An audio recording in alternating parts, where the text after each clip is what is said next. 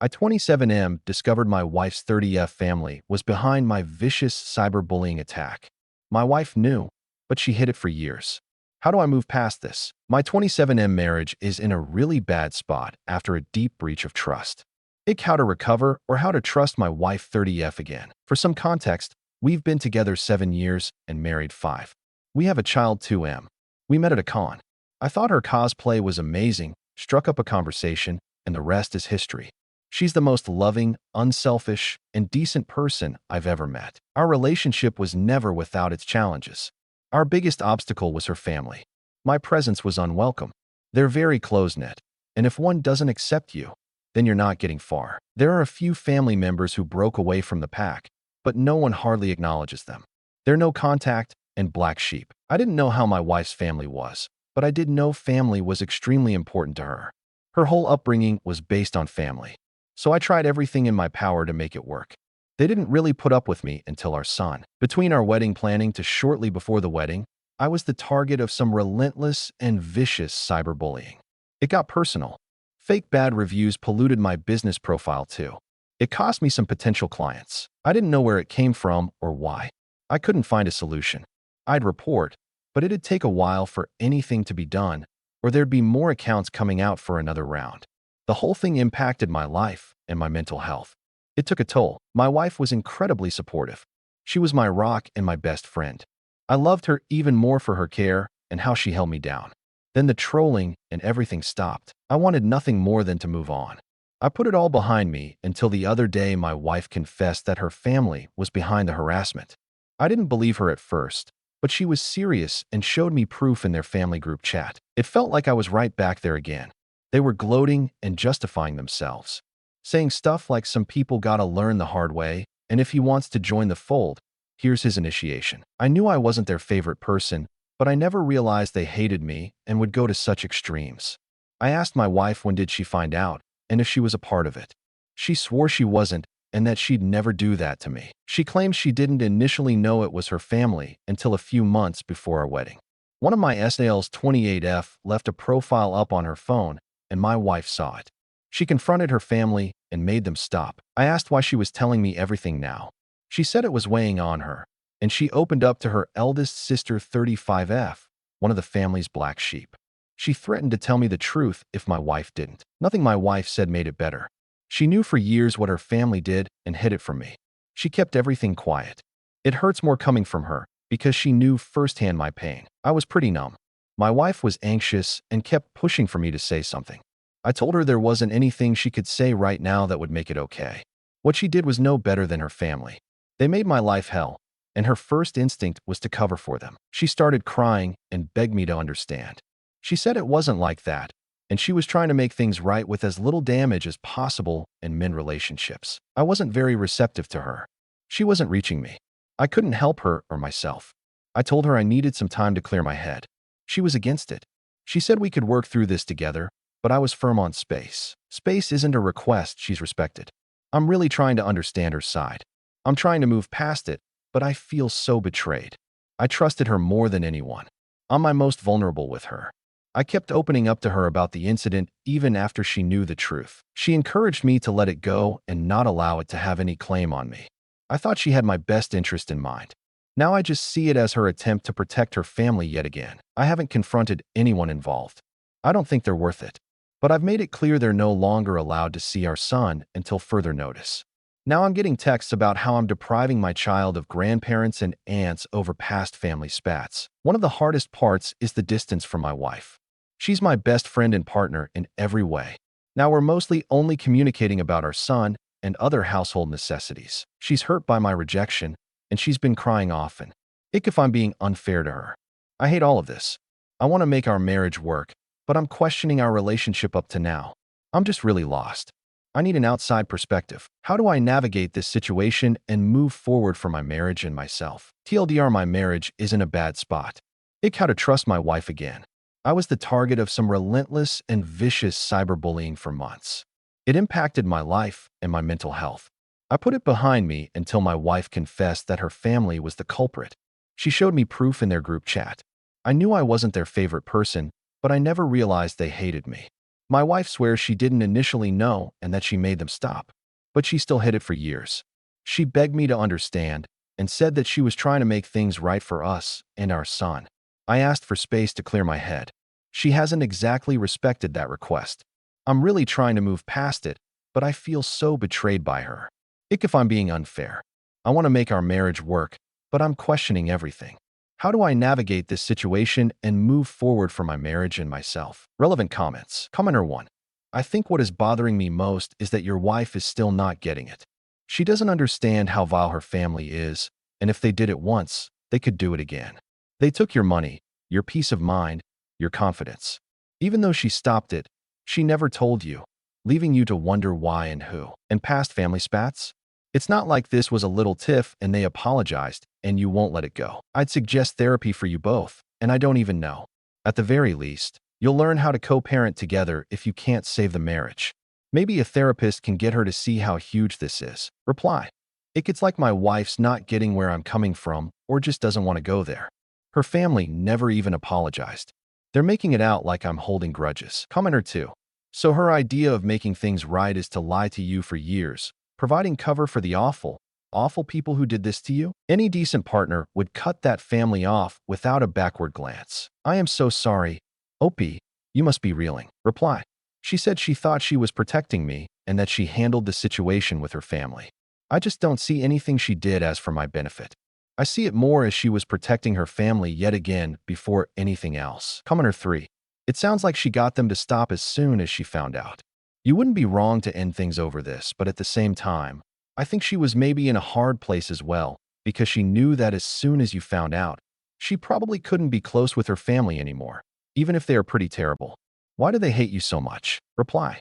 Well, one of my wife's siblings said they thought she was settling for me because of age and that she could do better. It felt like once their mind was made up about me, there was nothing I could do. Commenter 4. I couldn't imagine trying to rebuild after that level of betrayal. Has anyone tried to make amends? Take ownership of their actions? She can make excuses all she wants, but it doesn't sound like she's taking accountability. I don't know if I would even be open to continuing. I'd be having a heart-to-heart with my lawyer to see what custody arrangements would look like. Reply. There's been no apology of any kind or acknowledging what they did. They're making it out like I'm depriving them from my son over a minor dispute. Commenter 5. Also realize she didn't tell you because she wanted to. She only told you because someone else threatened to tell you, and she wanted to control exactly what was said. If I were you, I'd want to speak to the other person who knew, i.e. the black sheep. It's such a huge breach of trust. She aided her relatives in trying to destroy your livelihood and self-worth. I can't see any reason why you'd want to remain married to someone who clearly doesn't value you or really love you, and has demonstrated she loves and places her family above you. Reply. I do think I want to talk with the eldest sister too. The reason why I would consider staying is because things weren't always like this between my wife and I. She's not consumed with her family when boundaries are in place. We were better and didn't have secrets from each other. We built a life together. Is OOP's wife the people pleaser? Reply. My wife does tend to play caretaker and fixer to everything and everyone in her family. All boundaries go out the window. Commenter 5. You need therapy. Individual and couples. Part of why she did what she did is because of familial influence, and she needs to learn how to cut those apron strings. Therapy can help. Reply. I'm open to therapy. Something needs to change. I just wish she wouldn't continue to choose her family at every wrong turn. Update. I 27M discovered my wife's 30F family was behind my vicious cyberbullying attack. My wife knew, but she hid it for years. How do I move past this? Earlier this week, my wife 30F and I were able to regroup and hash stuff out.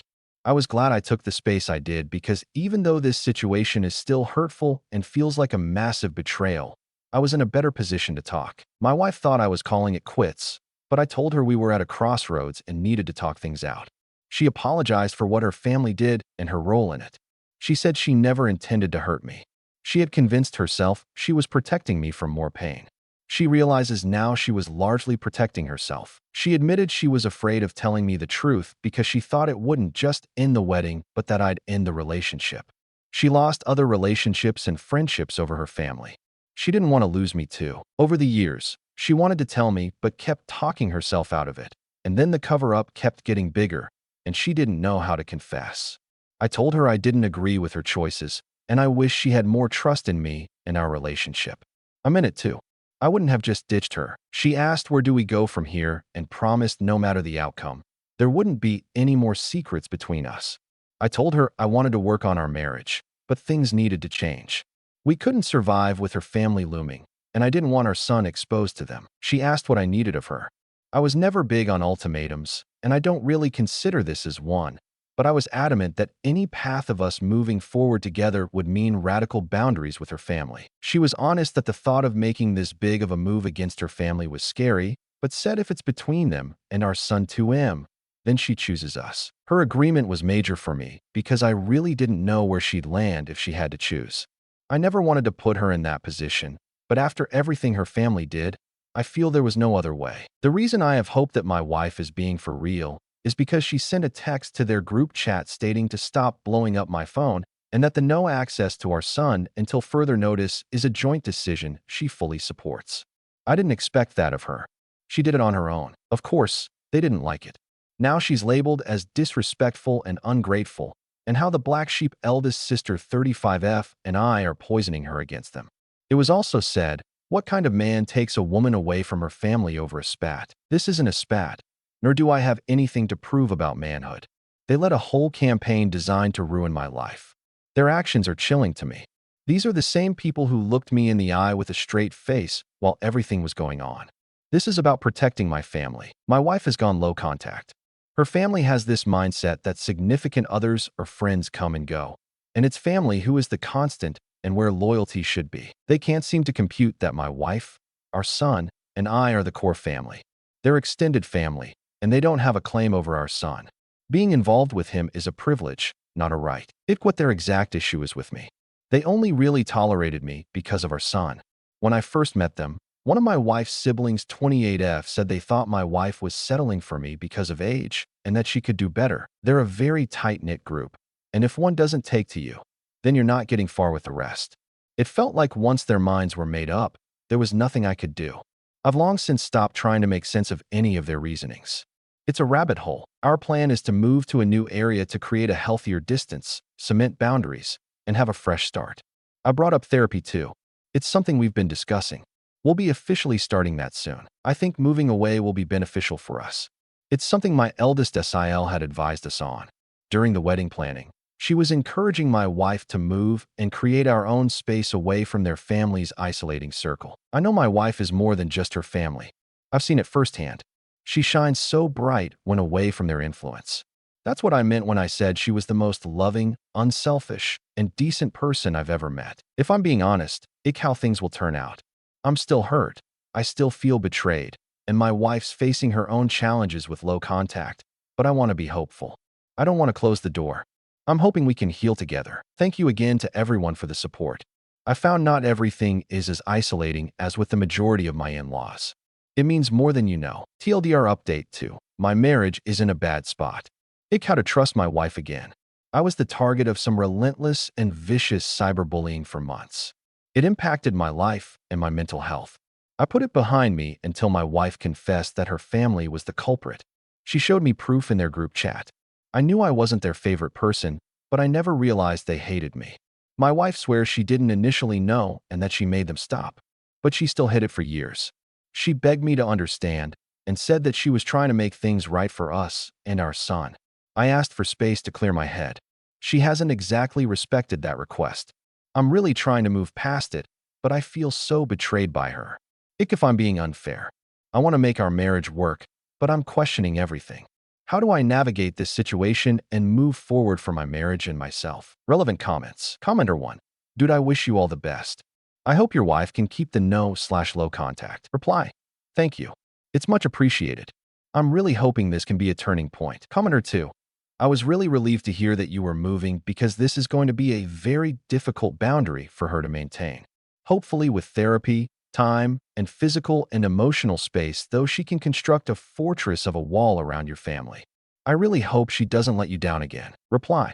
It's my hope that the distance will give her some clarity and help us as a family. Commenter 3.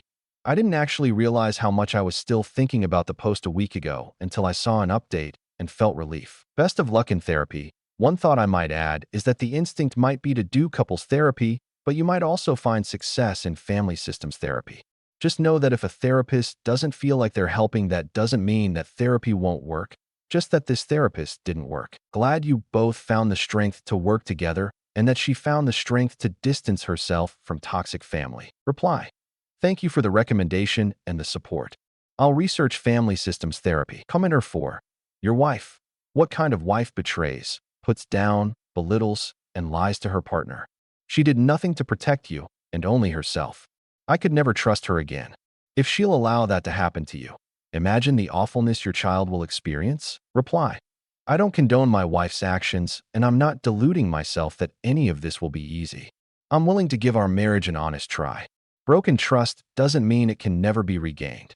We aren't the first couple in history going through a trust crisis. I made a commitment. Marriage requires making a vow for better or for worse. I'm not saying that covers everything under the sun. Of course, there are situations where a parting of ways is needed, but not every case is the same. I made vows to give my marriage an honest try in the bad times. Stories number 2. Aita for leaving my family without a turkey after my mom insulted my fiancé. So, I was in charge of bringing the turkey for my family's holiday dinner this year. Big responsibility, I know. We were hosting at my parents' place, and my fiancé came along to help me prep. While we were in the kitchen, my mom casually decided this was the perfect time to tell me, in front of my fiancé, that she doesn't think she'd make a good wife or mother. No joke. No softening it. Just straight up criticism, like she was giving a Yelp review. I froze for a second because, what do you even say to that? My fiancé went quiet, obviously embarrassed, and I could feel my face getting hot. I tried to brush it off at first, but my mom doubled down, saying she was just being honest and that I should think carefully before making life choices I'll regret. At that point, something in me snapped. I told my mom that if she couldn't respect me or my relationship, I wasn't sticking around to smile and pass the mashed potatoes like nothing happened. I picked up my stuff, and yes, that included the turkey I'd spent 2 days brining, and told my fiancé we were leaving. Cue shocked faces and my dad asking, "So, there's no turkey?" Nope, not anymore. Now my siblings are texting me saying I was petty and ruined dinner for everyone. While my aunt called to say she understood why I left, but maybe I could have just dropped the turkey off and gone. Honestly, I get it. I didn't want to ruin everyone's holiday, but I also didn't want to hand-deliver a feast to someone who just insulted the person I love. So here I am wondering, Aita for walking out with the turkey and leaving my family to figure out dinner without it? Stories number 3. My fiancé 24F has no bridesmaids, and it's making her so upset she wants to call off the wedding. How can I 25M help? My fiancé and I are recently engaged and have been together since we were 18. She's not the bridezilla type, but she has imagined a nice wedding. She's not very social and has no sisters, cousins, and as a result, she has no bridesmaids. 0. I, on the other hand, have a solid group of guys to be groomsmen, and they're already talking bachelor party. My fiancé won't have a bridal shower or bachelorette party, or anyone to go dress shopping with, etc. It's really bringing her down, and she won't even talk about weddings. Once she said between sniffles, "Can't we just sign a paper at a courthouse?" But I know neither of us really want that. I have suggested having my sisters and cousins as bridesmaids, but they don't really know her well and likely wouldn't want to. How can I help her? TLDR, my fiancé has no one to ask to be bridesmaids, and it's making her very upset. I want to help. Relevant comments. Commenter 1. You can have a nice wedding without bridesmaids and groomsmen. There are plenty of options between that traditional scenario and just signing a paper at the courthouse. Reply. I'm thinking that'll be my only option. I just don't want my fiancé to feel lonely. Commenter 2. My wife and I got married in December. The only people involved in the ceremony were us, the priest, and her sister who handed over the rings. It was a very nice, small wedding. We were both happy to not have the people there, and we threw our own little party the night before with her sisters. Also, see if your groomsmen can get their girlfriends or sisters to take over and show her a good time. But since they aren't already friends, make sure you pay for all of it. Reply. Yeah. I'll ask my buds if they know any women that can help. Even if they're not bridesmaids, I think my fiancé deserves at least a nice party or someone to help her buy a dress. Commenter 3. This is tough. I imagine she's feeling pretty vulnerable right now. One thing I would encourage is to think creatively about her bridal party. She doesn't have to fill it with just female friends or family members roughly her age. My brother was in my 27F party, and my husband had a female friend and almost asked one of his professors to be in his. If you think outside the box, is there anyone else out there important to her who would stand by her side? As for the other things you mentioned, I didn't have a bridal shower, and I don't regret it. And I went dress shopping with my mom. Our wedding was a little non-traditional in that regard, but it was lovely and a good fit for us. Reply. The thing is, her brother is deployed and won't be there for the wedding, and her mom isn't in the picture. She only has her father. Commenter 4. Is there a reason her father can't take her dress shopping? Reply. He can, and he probably will. But like me, he knows Jack's head about clothes. Commenter 5. I wonder if she was really joking about signing the paper at the courthouse. Personally, I've always envisioned having a discreet wedding like that. One idea for a compromise could be to have just you two and witnesses at the courthouse, then have a larger reception where the lack of bridesmaids wouldn't be so obvious. Your friends could play some kind of special role even if they don't have a parallel on her side. Reply. No, she wants a wedding. She's just been saying recently that she doesn't deserve one. Final update. Did not expect to update this fast. Did not expect to update at all, unless something miraculous happened. And it did. In short, I have the best friends in the world. I read through a ton of these comments, but not all over 1,000, and decided to look for my fiance's box of wedding planning stuff because I had a suspicion. Inside the box was all these magazine clippings of a big church wedding, flower ideas and stuff, and then I saw pictures of the dresses. They were all big, poofy, ornate things that don't seem akin to my fiance's style at all. But they're similar to the dresses my sisters wore at their weddings. It all sort of clicked for me. My fiancé probably doesn't want a church wedding or any of these fancy trimmings. She's trying to win my family's favor. The hell? I really should have noticed this earlier and gotten more involved. I know. My fiancé flew home on Thursday to spend a few days with her dad, Father's Day weekend and all. I couldn't go because of work, so I was alone until this morning. So, real late at night, I called up my buddy Ravi 26M. Ravi's my best man. We've known each other since we were kids, split up when we went off to college, and reconnected 3 years ago. We moved to SC so I could join the company he works for. I just opened up to Ravi. It was really late, but he listened to me anyway about my worries about my fiancée. He said that it was very likely that she was trying to curry favor with my family, but she probably wasn't going to admit to it easily. He said he'd talk to her. I told him that he barely knows her. He said not to worry, and that he'd be around tomorrow evening. My fiancée came home happy she always is after seeing her dad this morning. I went off to work without asking about the wedding, and she set to work on her writing she's off for the summer. I got home early, and at like 5 p.m. Ravi came to my house with my other good friends, Carson, Andrew, and Tim 23-30M. I know all these guys from various places, and we're all a solid group. Still, this was unexpected. Ravi came up to my fiancée and said that the guys were taking her wedding dress shopping. We were both freaked out as hell. I had no idea this was coming, and my fiancée looked like she wanted to crawl into a hole and die. She whispered to me they won't like me, and I urged her to just go for it.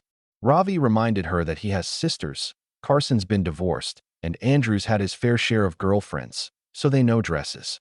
Plus, he has a lady friend that works at a small boutique, where they try first. She still didn't want to go, and then he said something like, "Hey, you're marrying our best friend? Don't you think we should get to know you and make sure you're not a ghost or something?" He's not great with tact, but she chuckled a little at that and gave in. They were gone for a while and came back an hour ago. They didn't find a dress, but they looked around the stores for a while, and fiancé found a style she liked, not the poofy ball gown style. They also went out for ice cream, and when they walked in the door, she was joking and laughing with them all. I hadn't seen her so happy in a long time. It was amazing. Then we all sat down together, and Ravi asked her to talk to me about what's on her mind. I still don't know how they got her to open up. She whispered that she didn't really want the big church wedding, that she wanted to wait a little while and plan a small ceremony for just the people we really care about. I was all for it. I told her not to worry about bridesmaids or anything. It could just be us. She said no, she wants her dad, the guys, and my family to be there. Andrew, a kick-ass guitar player, said he'd put together a band for us. He asked my fiancée what her favorite song is. He'd figure out an arrangement. This is the kind of question she usually dodges, but she blushed a little and actually told the truth. Panama by Van Halen. If anyone cares, girl knows how to rock out. This was the real sign that she's starting to trust them. I don't think anyone knows her favorite song except me and her dad, who bought her Van Halen CDs growing up. I told her I'd call my family and tell them the church wedding's off. If they make a big stink about it, I don't fucking care. I have my bros and my beautiful future bride. That's all the family I need. TLDR. Church weddings off. My friends are awesome. Future looks bright so far. Relevant comments. Commenter 1. You have some damn awesome friends. Reply. I know. I'm a lucky guy. Commenter 2. Let's talk about Ravi. Is he single? Is he cute? Because it's clear he's an amazing dude. And I have a single 25-year-old sister who is smart and pretty and the nicest. Reply. Haha. Ravi is sexy as hell and single indeed. Commenter 3. Excuse my pregnancy hormones, but I'm reading this and bawling. Damn hormones. My husband is freaking out because I'm like Ravi Wawa. He's asking, who the hell is Ravi? And why did he make you cry? I'm sniffling. He's awesome. I'm crying because he is awesome. Now, I've got some explaining to do after my water faucet stops leaking. Those are some awesome friends you have there. Reply. I almost teared up myself when she told Andrew her favorite song was Panama. It's such a small thing, but it meant so damn much that she was opening up. Commenter 4. That's great. Glad things are working out with the wedding. Hopefully your fiancé will use this experience to realize that people do want her around and want to get to know her and care about her. And hopefully this will show her how important friends are for support, etc. Reply. I agree 100%. My fiancé isn't a difficult, unfriendly person. She just doesn't see how people could like her, which I personally find ludicrous, of course. Commenter 5. Dude, she has serious self-esteem issues. She sounds lovely, but chatting with a therapist could be really helpful. She's got her whole life to gain confidence and express herself. Reply. I agree. I'm going to talk to her about it. Hopefully she'll be more open now than she was in the past. Commenter 6. She whispered to me, they won't like me. Your fiancé needs some serious self-confidence. Who automatically thinks that a whole bunch of people won't like them based on nothing? Why would she think they wouldn't like her? Based on your last post and this one, she needs some help. I don't say this to be mean. Both she and your friends sound lovely, and it's great that you have them. That sounds like the best possible outcome. I'm really happy it turned out that way. Reply. It's something she's always said when faced with people. I agree she needs help, but she's been really resistant. Since we're pushing the wedding back a bit, I'm going to see if I can encourage her to see someone. I'll go with her if need be. Lord knows we could all use a little help. Stories number 4. My 28F cousin 22F just told me she saw my fiancé kiss my twin sister. I 28F really need some advice. For some backstory, I am engaged to my longtime partner 30M and am in the process of planning our wedding. My fiancé and I are at our family's lake house for a week-long family reunion. I've been super excited for this trip to have a much-needed break from work and wedding planning, and also to have a chance to see all of my aunts, uncles, cousins, etc. This morning, my cousin 22F pulled me aside and told me something completely unexpected. She said she went upstairs to grab some clothes, and as she was walking down the hall, she saw my twin sister and fiancé talking quietly in one of the bedrooms. Then she said she saw them share a quick kiss. I am in shock. My twin sister and I have always been so close. My first thought was that there's no way this happened. I have never seen or noticed any tension between my fiancé and sister, and they also have limited opportunity to be around one another. We live about an hour from one another and are busy with work. I cannot imagine that either of them would do this. I'm also wondering what to believe of what my cousin told me. I have no reason not to trust her, but I just want to believe that she saw something wrong. A kiss is hard to mistake, so I am currently resting up as I have period cramps and don't feel well. I asked my cousin to keep this to herself, at least I can figure out what I want to do. We're all staying here together for the week until Sunday. If I confront them now, I know this would cause a huge scene. However, I don't know if I can wait until we get back home knowing I'm just festering inside with this knowledge. Edit. We are fraternal twins. No chance we could be mistaken for one another. Update. To those of you who were requesting an update, here goes. After going back and forth on whether I should try to snoop through my fiancé's phones or just sitting everyone and asking, I decided I would go through with the latter. My cousin actually came back later to my room to check on me, and we had a brief conversation. She let me know she supported whatever my decision was, and she would be there to back me up if I needed that. While sweet, it kind of squashed any thought that my cousin could be manipulating the truth. And honestly, after that conversation with her, I couldn't keep holding this in. I got the 4 of us together and laid it all out there. I told them that my cousin came across them talking in the upstairs bedroom and witnessed them kissed. Whoever told me to tell them what I knew and then zip my lips. Thank you. I didn't even have to ask any questions, but I could see the guilt flood over my sister. It seemed like my fiancé was trying to find a way to backtrack, but then my sister started profusely apologizing and crying. While she's crying, my fiancé tells me it was a mistake and only one kiss. This is where I said I wanted them to show me their phones, and if it was only one kiss, I shouldn't find anything. My fiancé hesitated again, but I told him we would be done if he didn't let me see it. From what I could find, my sister started flirting with my fiancé, starting off with compliments. I don't know if she was just stroking his ego, but their texts very much so were flirty in nature. Up to this point, I am pissed, but unsure what this means for our relationship. Until I get to one of their last messages that was sent this morning from my fiancé saying I know I should regret that, but I don't. I told him to pack up his shit and we would talk about this at home. I told my sister I was disgusted and she should leave me the fuck alone. So I haven't technically called anything off, but I'm going to take the next couple of days to really sit with things. I can't imagine being able to go back to him after all of this. I feel sick. I don't want to be anywhere near my sister, but I would rather be here to have space from my fiancé. I think right now I haven't truly processed what this means as I am seeing red.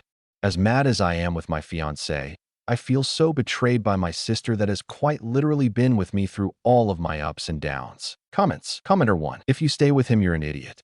Did you tell your parents? Reply. At this point, I don't know how I could. Thinking about living the rest of my life knowing how insecure he made me feel. And with my sister? Hard pass. And yes, I did tell my parents. Thankfully, they support me and are livid with my sister. I feel bad for ruining the rest of the trip, but I know I am not truly the one that ruined it. Commenter 2. Everyone has already given you the right advice here. Op. So all I'll add is my sympathy. The bright side is that you found out before you got married. You're still young, and you have your whole life ahead of you to find your person. Best of luck. All of Reddit supports you. Reply. Thank you. I needed this. Commenter 3. So if this were me, I would no longer have a fiancé, and I would completely cut my sister off. Like, you will not see me again. I would go scorched earth, even staying away during holidays if it meant she would be there. But that's just me. Reply. As of now, I feel that way too. I am mourning the relationship my sister and I once had before all of this. Unfortunately, though, that we do share some close friends. Not sure how this will impact those relationships too. Hopefully they see her true colors. Commenter 4. Buy that cousin an extra nice Christmas present. I don't know how you get by this one. I think I go no contact with both of them and cancel the wedding. It's too big of a betrayal. Reply. No, actually, she's truly a blessing in disguise. She's been very sweet through it all. Stories number 5. My wife secretly sent $1,000 to her brother while we're in chapter 13. Lied about another $1,800. Now she's threatening divorce because I found out. My wife and I are in a chapter 13 bankruptcy repayment plan with 2 kids, ages 3 and 5. We got here because of both of us. I had a gambling problem and have been clean for over a year, but we also had massive credit card debt. I came clean to my family about everything, owned my mistakes, and have been trying to do right by my family. Last weekend, I found out my wife secretly sent $1,000 to her brother. I confronted her, and she said she was sorry and wouldn't do it again. 2 days later, she tried to send another $1,800 and lied about it. Said it was money from a vendor for her real estate work. I checked and saw it was actually from her Robinhood account. I called her out. I looked through her messages and saw her brother had asked again for money. She hid it, lied, tried to do it again. I told both our families what was going on and asked them to stop asking for money. We can't afford to risk our bankruptcy plan. Her brother was surprised, didn't know about the bankruptcy, and even said he'd send the money back. But instead of relief, my wife flipped on me. She said I broke her because I read her messages and told her family. Now she's threatening divorce. I'm not proud of reading her messages. But she lied and risked everything for our family behind my back. I'm trying to stay sober, rebuild trust, and protect our future. But now I'm the bad guy. I don't know how to keep going when I'm doing everything I can and she won't take responsibility. Her family is Korean, living in Los Angeles. Her brother homeschools his kids. His wife doesn't work. I get cultural pressure exists. But we are under a court order. This isn't optional. I love my wife. I don't want to lose my family. But I'm drowning here. Thanks for listening. Comments. Commenter 1. Her shame and embarrassment or cultural expectations doesn't outweigh the payment plan or your past addiction and deceit excuse her lies. Preferably, you both need counseling to cope with the pressure and, unfortunately, to discover if divorce is a realistic option. There's obviously a cost involved with that, so you need to keep talking. However, if threats and ultimatums continue, then you need to begin protecting yourself financially and emotionally. Commenter 2. Someone that would so wantonly threaten divorce would make me wonder what else is going on. She knows you're under a court order, and breaking that would have severe consequences. She knew y'all are financially not well, and sent her brother money anyway. Then she lied and did it again anyway. That's a very serious violation of trust. Sit down and have a serious conversation about why this cannot occur and what would happen if you violate the court order. I'm not in any way suggesting that you divorce your wife, but document everything. Commenter 3. I absolutely detest when people throw around divorce to try and gain traction. I would have looked at her the minute she threatened divorce and said, okay, cool. I'm not okay with being married to a liar anyway. She wouldn't have known what to say, but it would probably startle the shit out of her. Stories number 6. Aita for finding it hard to care that my wife claimed she was assaulted after she got me thrown in jail. I don't post very much on Reddit, but I needed to get this one there. Using a burner because why not? I 36M have 3 kids with my wife 30F. Things have been generally good between the two of us, but there's been some conflict between the two of us regarding her tendency to exaggerate when she's angry, as well as some of her personal beliefs. You see, my wife has gotten into her religion in a really big. We're both from the same church, but she's big into the faith healing stuff. You know, those healing services some mega churches do where they lay hands and speak in tongues. I didn't grow up with that in church as a kid and found it really weird, but put up with it for her. So we recently went to another one of those events around 5 days ago. When the service ended, she said she wanted to bring our second kid for the healing service the next night. It would take place over 2 nights, as he had been having a really bad skin condition on his ankles. I expressed doubt about it, because the event had been really crowded and ended quite late into the night, around 10 p.m. I really didn't want my kid to be out so late and to be exposed to so many people in a confined space, many of whom were ill and also seeking healing. My wife went really quiet, and with what felt like some degree of iciness pointed out to a group of people. See those people? They came all the way from Indonesia. Look at how far their faith has brought them. I just shrugged, not picking up on her cue, then responded with something like asking where they were staying if they were from out of town. She didn't answer. Once we got into the car, she exploded at me. She said a lot of things that were honestly pretty nasty. She berated me for not caring about the kid, for not being a leader, for not being sincere in my faith, and so on. I was pretty surprised and then got really angry. But I didn't raise my voice. I just said I knew she was stressed about the kid, but to please be calm about this and we could talk about it later. She continued berating me as I drove us out of the parking garage, trying my best not to get even more distracted. About 10 minutes later, she stops talking and is only looking out of the window. Then halfway on the road home, she suddenly takes her seatbelt off and demands to be let out. I ask her if she's crazy, stating it's almost 11 at night. She demands I let her out and starts hitting the steering wheel. I pull over, not wanting to get into an accident. She continues to hit the steering wheel, then starts hitting me, yelling "you useless man" over and over. Then she storms out of the car and slams the door hard, walking away from me. I follow slowly behind her, obviously not wanting her to get lost, or worse, get hurt. But then she turns and yells at me, telling me to stop following her. I obviously don't listen. She walks and I follow for about 15 minutes. Then suddenly, I see her make a phone call. I thought she was calling her mom, until I see red and blue flashing lights behind me. She called the police on me. She waved for them to stop, and they pulled over in front of her. She pointed at me in the car, then the cops came over to talk to me. They asked me to stay in the car, asked about my license, and if I had any firearms in the car. I just raised my hands and said no. This is where things get ridiculous. They told me my wife said I was a stalker and that I had been following her for the past mile. I said I was her husband and that we'd had an argument and I was following her to make sure she was safe. The cops then went back to talk to her, and she started crying and yelling that I was an abuser and was stalking her as a way of controlling her. She threw herself to the ground and started flailing like she was possessed. One of the cops stayed with her while the other came over and asked me to get out of the car. He muttered an apology as he cuffed me. I was fucking pissed. They were arresting me? He apologized again and said something like standard procedure, just to be safe. Buddy. He instructed me to sit down and not try anything funny. Then he radioed it in while the other one helped my wife to the police car to sit. After about 15 minutes, another police car pulls up and they convene with my wife, while I'm just left to sit on the pavement. They discuss the matter further, then they come over to me and read me my rights. Now I'm pissed. I asked the police sergeant what the hell I was being booked for, and he said it was because my wife just accused me of domestic abuse and that she had been escaping. I try to explain what was going on, but the cop just shakes his head and tells me it'll be settled in a while. Then they put me in the car while my wife asks if she can go. One of the cops insists on giving her a ride home, and she nods and gets in the other car. So yeah, I end up spending a night in jail, and my car gets towed and impounded. When the matter is cleared up in the morning, the duty sergeant tells me where to get my car, and that an investigating officer will be along to check the claims of abuse. I'm so tired at this point, I just nod my head and grunt.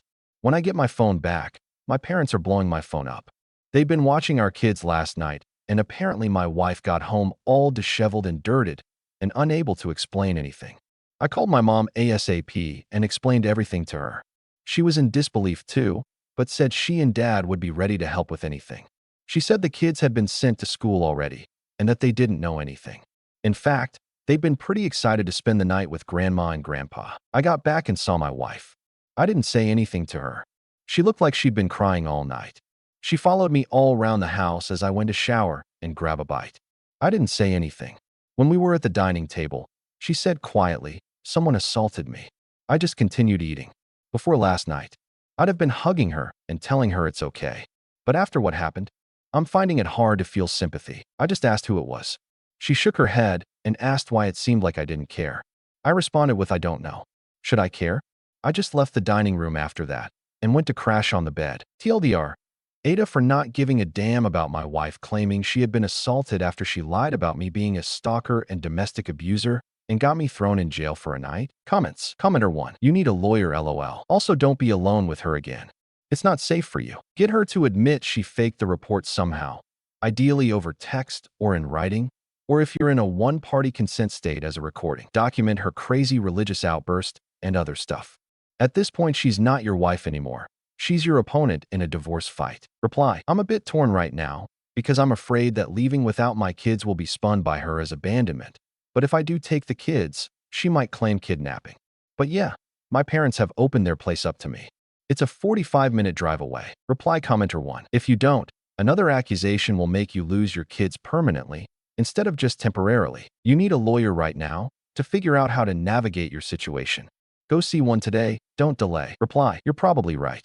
My dad's been calling in some favors with lawyer friends, and he also says we need to protect me and my right to the kids before she comes up with something worse. I'm just confused as hell where all this came from. Commenter 2. NTA and her outbursts and behavior come off as abusive and manipulative. Reply. The thing is, this is the first time it's been so extreme. She's had outbursts before where she accused me of not leading her, but it's never gotten to this extent. Commenter 4. Dude, she's lying to you. She is obviously making this up because she knows she in deep crap about lying to the cops and getting you arrested. She is trying to manipulate you. Plain and simple. Don't buy into her fantasy. You need to seek legal advice immediately. Find yourself a lawyer. She went way too far. There is no going back. What she did to you and is now claiming is mentally unhinged. Your children should not be around someone like that. It is not safe. NTA if you leave, but you will be a total a-hole x 1000 if you stay. Stories number 7. Aita for giving my fiancé a forehead kiss. My 24M fiancé 28F and I are getting married later this month.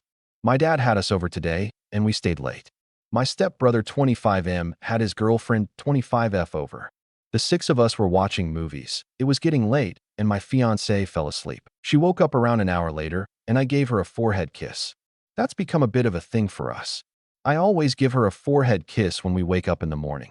I also do it when she wakes up from naps. It's to the point that it's habit now. A little while later, my stepbrother pulled me aside and demanded I stop forcing my perfect relationship down his throat. I told him I wasn't forcing anything. I was just kissing my fiancé, and he cut me off and called me a dick, then went upstairs. The rest of the night went pretty normal. My stepbrother's girlfriend went upstairs to look for my stepbrother after a while. My fiancé and I just got home, and I received a text from my stepmom. It said that I should apologize for making my stepbrother uncomfortable and stop acting so obsessed with my fiancé. Aita for giving my fiancé a forehead kiss. Comments. Commenter 1. NTA, I'm guessing your brother's GF was like, why can't you be nice and sweet to me the way OP is with his fiancé? and he got pissed at you instead of just stepping up his game. Commenter 2. Oof. Imagine going over to your partner's house to watch a movie and your partner, upon seeing a form of PDA so chaste we regularly use it with children, flips his absolute shit because he's jealous of bro's perfect relationship and then storms off. Imagine what it's like to be that girl. NTA. Maybe make sure you two have a good line of communication with the GF. She may need some support. Congrats on the wedding. Reply. She's friendly with my fiancé. Stories number 8. Aita for not wanting to buy a house 3 hours away from my workplace. I don't know how to start this. I, 27F, have been with my fiancé, 28M, for 5 years.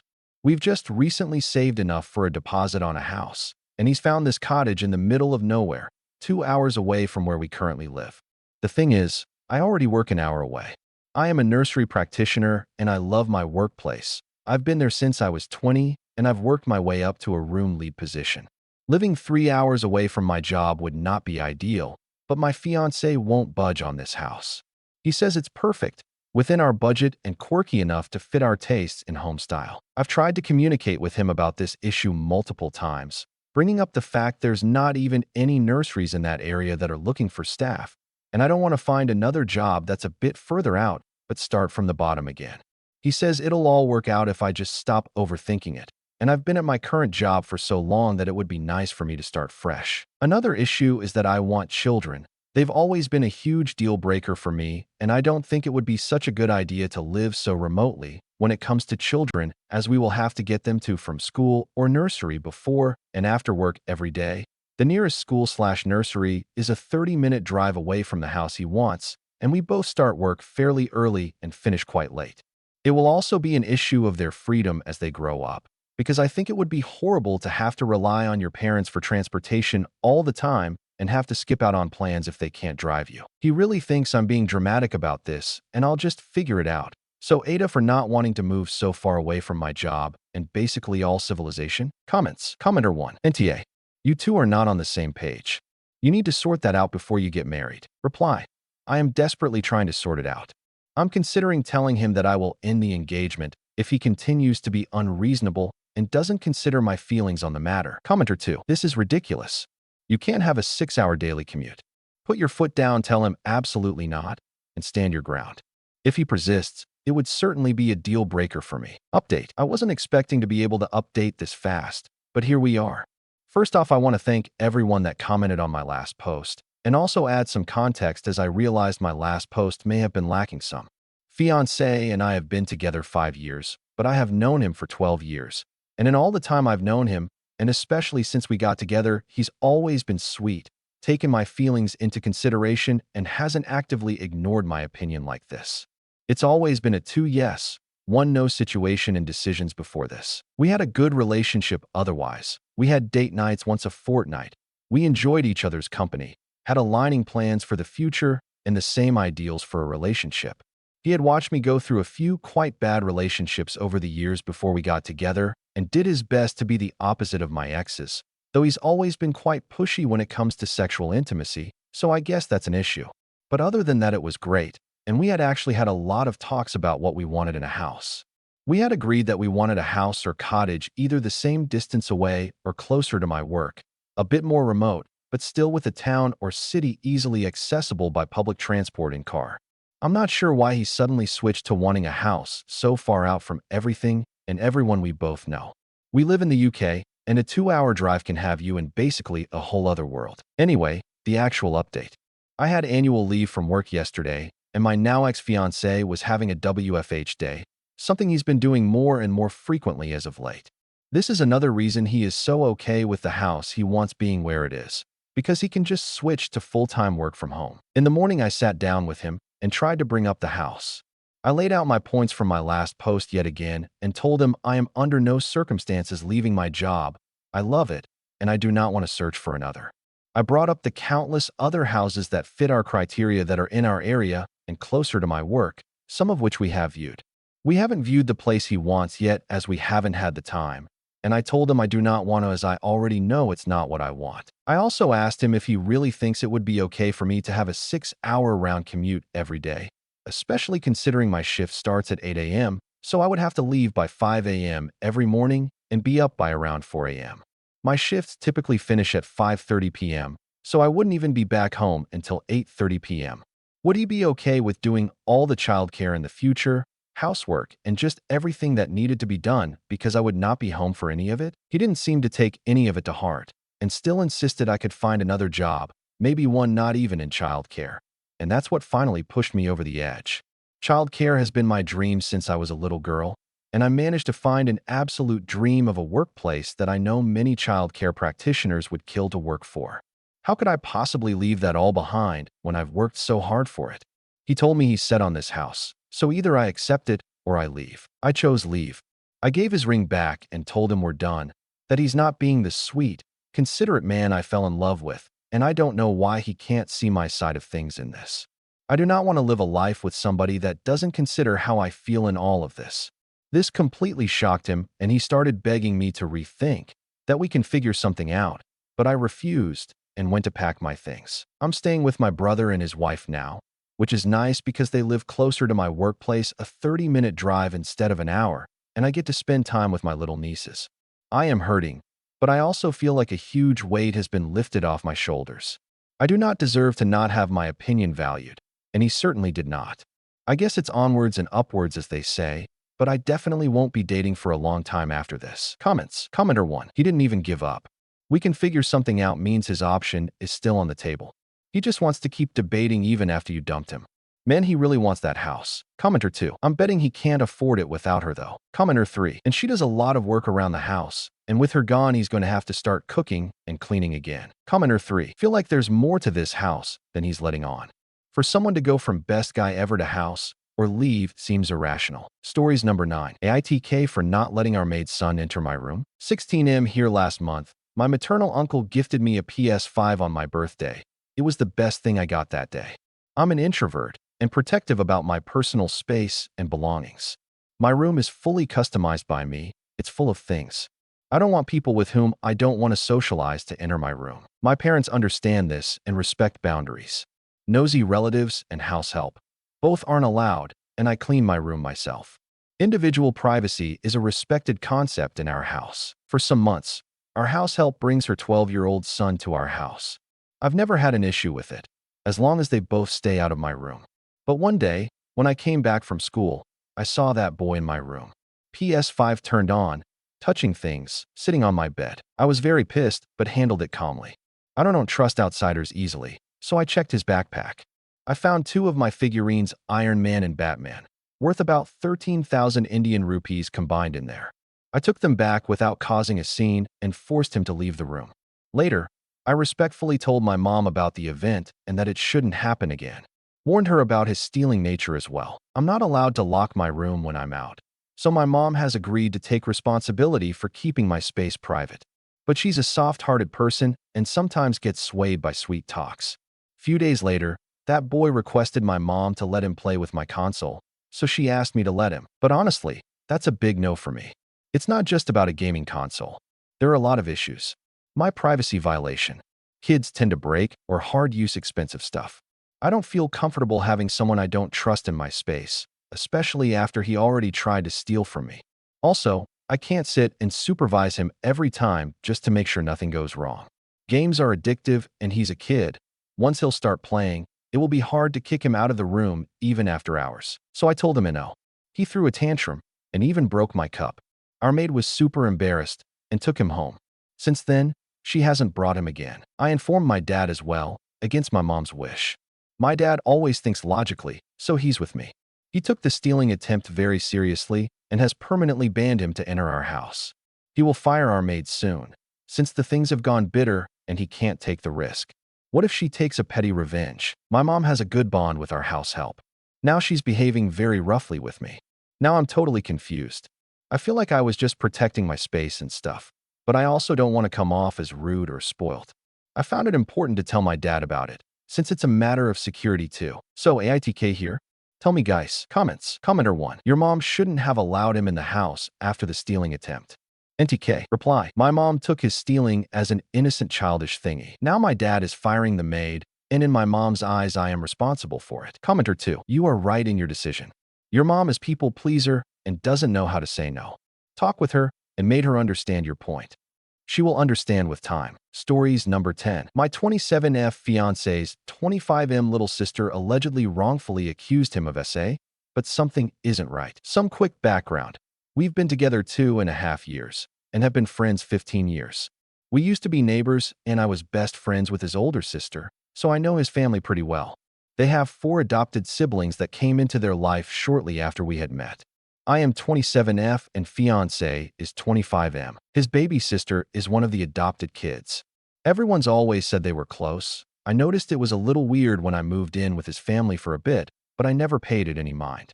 We got pregnant in March of last year, and she was pretty unhappy about it. About 2 months later, 16 at the time, she announces her pregnancy. Her boyfriend lived with us all at the time, so it didn't really come as a surprise. We got close while we were both pregnant, bonded over everything despite our 10 years age gap. Both of our babies ended up in the NICU, and it was after we both were home that things started shifting noticeably. Her attitude changed towards everyone. She started drinking, dressing differently. It's been about 6 months since her kid was born, and she is a completely different person. She asked to come and live with me and my fiancé a few months ago, and we told her that she could when she was 18. She stopped coming over. We visited his family multiple times in the last few months. I noticed their behavior towards me had changed and literally asked them if I had done something to upset them, and they all told me no. I asked my fiancé if he still loved me because he couldn't look me in my face. And when he did, something just looked off. 2 weeks ago, the sister packs up and leaves to go live with her other 2 blood siblings, leaving the youngest. She apparently went to her sister who works for CPS and said that their adoptive mother was abusing her.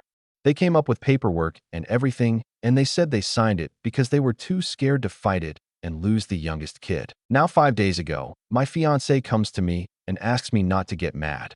Please, please, please don't go fighting anybody, and please don't yell at me.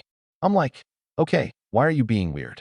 He tells me his sister and younger cousin 18F have come out with accusations against him. His sister said that he did something but allegedly refuses to specify, and his cousin said he sent her a dick pic on Snapchat. These allegations against him happened about 2 months ago, and I just found out. I was at their house, hanging out with them and my kids, planning our wedding. I hung out with that sister and her baby. Nobody told me fucking anything. Apparently, they were all scared I would leave him and whoop on his sister. I'm talking to his mom yesterday, and she mentions how they had him stop by on his way home from work a month ago to apologize to his cousin and sister for what he had done. My uncle and dad made me is what he said. His mom also mentions that the whole time he's apologizing, the sister had both arms wrapped around his waist and her face in his chest. She goes it's okay with a straight face and walks back inside. I don't why, but this infuriates me more than the rest of what's going on. I don't understand why she would be around us so much if he had done something, and why she'd wait 10 years to speak up. Or on the other hand, I don't understand why he'd keep it from me as his fiancé, and also why he let her grab on him like that after accusing him of something so foul. He and his family all say it's a lie. His cousin literally got caught fucking her brother, and they had to be legally separated, so I don't know how valid her word even is. Also, he doesn't have Snap or her number. And his sister just lied on his mom too, so I don't know. I just don't know what to think. Please help and don't be too harsh. This is really hard on me as it is. Sorry, it's a big and kind of confusing read, so I can't do a TLDR. Relevant comments. Commenter 1. The situation sounds very fishy. Your sister and family's behavior is weird. However, it's very common for families to all agree the accuser is lying to protect the status quo. That's not unusual. All of sister's behavior towards your husband does not suggest that it did or didn't happen. It does suggest an enmeshment there, but it could be for any reason. It could be what's caused her to lie, or it could be because he's groomed her from being young. Things she's done like asking to live with you, the hugging during an accusation, having a baby so close to you after being original upset. These aren't facts and can't prove anything one way or another, but they certainly don't suggest that nothing happened. Her obsession with your husband could have caused her to lie. However, here's the reason I think he might be guilty. It's very strange a cousin also claims this too. And the most unusual thing is that he apologized. I'm sorry, but I don't care what my parents felt like they had to sign. I would never, ever, ever, and I think most men would agree to apologize for saying someone I did not, especially my relatives. That's the most serious accusation ever, and it will stick with you for life, and everyone will think awfully of you. Most people who do actually commit the act never apologize. Think about that, sorry. If it didn't happen and nobody believes it did, why was he pressured by their dads to do it? If it didn't happen and the apology had to happen for some reason I can't make sense of, then why did he hide it for so long? It seems more likely that he's apologized for something he did do and then only told you once the dust had settled and he had control of the situation again. Also, you don't mention any police involvement when it's CPS is involved. There should be. Why not? Also, think about the fact he told you last, once it was all resolved. If he was facing an issue and was innocent and needed help, he'd have told you. One of the main concerns is that they don't want you approaching the sister. However, I think that's strange because it's like they don't want you to hear it from her mouth. All I can say, whatever you choose. When your children grow up, keep an extra eye on your husband around your kids and their friends. Most people don't believe if they live with someone capable of that. Now that you've heard a rumor, it's your responsibility to be more vigilant around your children and teens in his proximity. Reply. I agree that it's strange he apologized if he's innocent. Anyone that would do that. Commenter 2. Is your boyfriend the type of person to do whatever it takes to appease others, especially family? Is he generally a doormat and extremely conflict avoidant?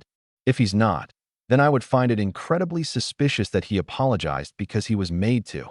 Made how?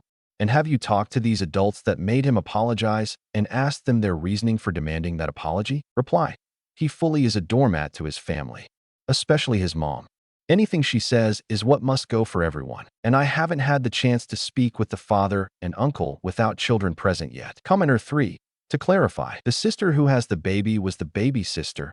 They had a younger child boy presumably because you said they didn't want to lose the youngest. Also, you mentioned that why did she wait 10 years to say something? So the girl was 8 and he was 15 when the essay happened? Reply.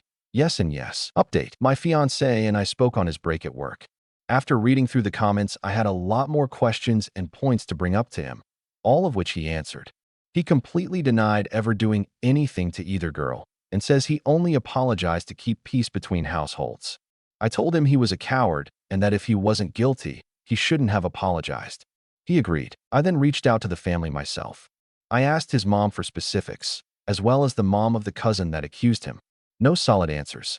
Still blank stares from the sister and Snapchat from the cousin. But I already checked his phone and Snapchat data.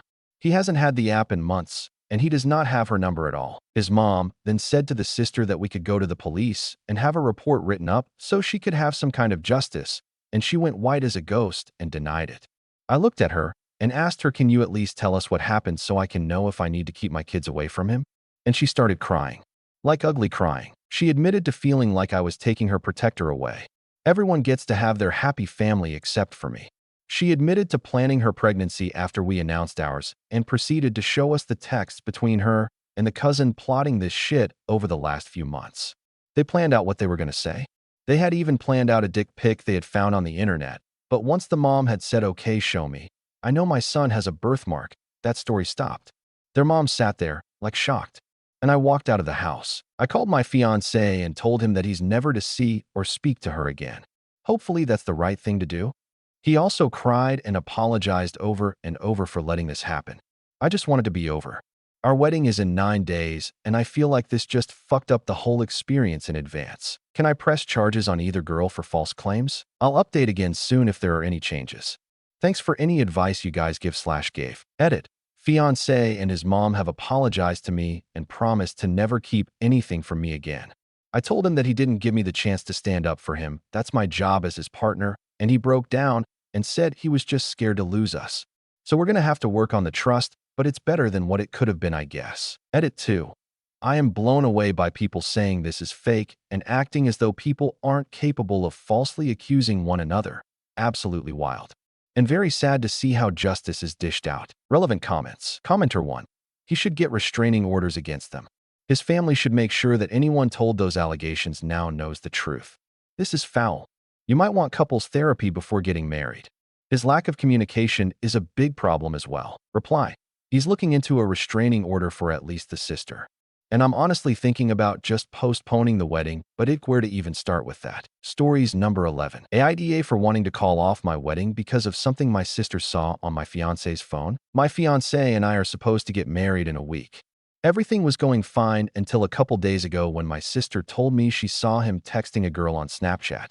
She said it was definitely a girl's name, but she couldn't see the messages because it disappeared before she could get a better look. I confronted him about it, and he completely brushed me off. He just said it was nothing and told me to stop overthinking. I asked if I could borrow his phone for a bit so I could see for myself, but he immediately refused. That alone made my stomach drop. He just kept saying I should trust him and that if I did, I wouldn't even be asking. I have been sick over it since. My gut is telling me something is off, and I feel like marrying someone I can't trust is a huge mistake. I told him I was thinking of calling off the wedding, and he acted like I was insane. Now my entire family except for my sister is being really cold toward me. They keep saying I am being petty and overreacting and that I am about to ruin my own life over nothing. I don't know if I am actually being petty or if my feelings are valid. It is so close to the wedding, and I am having a hard time making a decision. Idea if I call it off over this. Comments. Commenter 1. NTA, I literally can't imagine being confronted with this, being innocent, and refusing to let my fiancé see my phone to prove I'm innocent. It would suck to be accused, but this ain't the time to stand on pride. Commenter 2. NTA. But I suspect that it is not just that he was texting a girl on Snapchat. I'm going to guess there's more to this, and you felt uneasy for a while. Sit with yourself and figure out what's going on so that you don't get bullied about overreacting over this one thing. Stories number 12. My GFF22 started in of thinking it would save us from dead-end jobs. Now everyone hates us, and my girlfriend wants to do full porn with other guys. 25. We both had crappy jobs. I was working as a carpenter, she was stuck at a retail job. We were constantly broke, living paycheck to paycheck. One night we just sat down, did the math, and realized we're never going to be able to afford a house or any kind of future doing what we're doing. She already had a decent Instagram going on. Cute photos, good engagement. So we thought, screw it, let's try OnlyFans. At first, it seemed like a smart move. Her IG started blowing up, and she hit 50K followers. Reels went semi-viral with 200 to 300K views, and her photos were getting 3 to 4K likes. But here's the reality check. Conversion is shit. She's getting around 0.3 to 0.4% of her followers actually subscribing. That's less than 200 people. And she's charging $5 a month. Even with some extra stuff sold through her total monthly income is around $1,500, $2,000. Decent money, sure, but not even close to what people think you make with a viral account. And definitely not worth the fallout. Because yeah, now everyone knows. My family knows. Her family knows. Our coworkers, our friends. We've become a fucking joke. I had to switch jobs because I was constantly being talked about behind my back. She quit her retail job and does this full-time now, but it's not like we're living some luxurious life. And now she wants to go further. She told me, I've already lost my dignity. Might as well make some real money off it. She's planning on posting way more provocative stuff on Instagram to drive traffic. And she wants to start doing full-blown porn on of even with other guys if that's what it takes to make it. I told her I'm not comfortable filming that kind of stuff. And watching her have sex with another dude for money? That'd fuck me up completely. But she says we're already in too deep, and there's no turning back. And honestly, I don't know what to do. We're broke. We've lost most of our friends. Our families barely talk to us. And I'm stuck between staying with someone I love or slowly watching her turn into someone else all for money that doesn't even feel worth it anymore. What would you do if you were in my shoes? We're so cooked I started to drink every night, and she started to take some pills. Comments. Commenter 1. What's to talk about? You have a boundary. If she doesn't cross it, you guys can figure things out another way. And if she does, the relationship's over. The fact you said no and she's still interested in moving forward is a red flag. Reply. The problem is that she's now addicted to male attention. She enjoys it when she sees her Instagram reel has hit 500,000 views or when she gets a bunch of likes. On top of that, even though $2,000 isn't a huge amount of money, she's realized it's easier to earn it this way than to get a real job. Commenter 2. Well, shit. I see 3 possibilities. 1. Let her do what she wants. 2. You and her can make content together. 3. Tell her no and figure out what to do from there. Personally, I'd be fucked up as well. I'd go option number 3, and if she doesn't listen, I'd end it. Commenter 3. Step 1 is stop the drinking and the pills. Step 2 is have her investigate how much money is actually to be made in porn. Much like it seems like a lot of money, but it doesn't end up being that. Once she realizes this, she might give it up. People will forget about the in time. Step 3 is you need to look for a better job. Stories number 13. Aita for refusing to let my parents meet my children because they didn't want me to marry my deaf wife. On a burner. I am 29 and my parents didn't see that my wife 28 has a big heart and has an awesome personality or how beautiful she is. All they saw was that she was deaf. I asked them how ignorant can they be?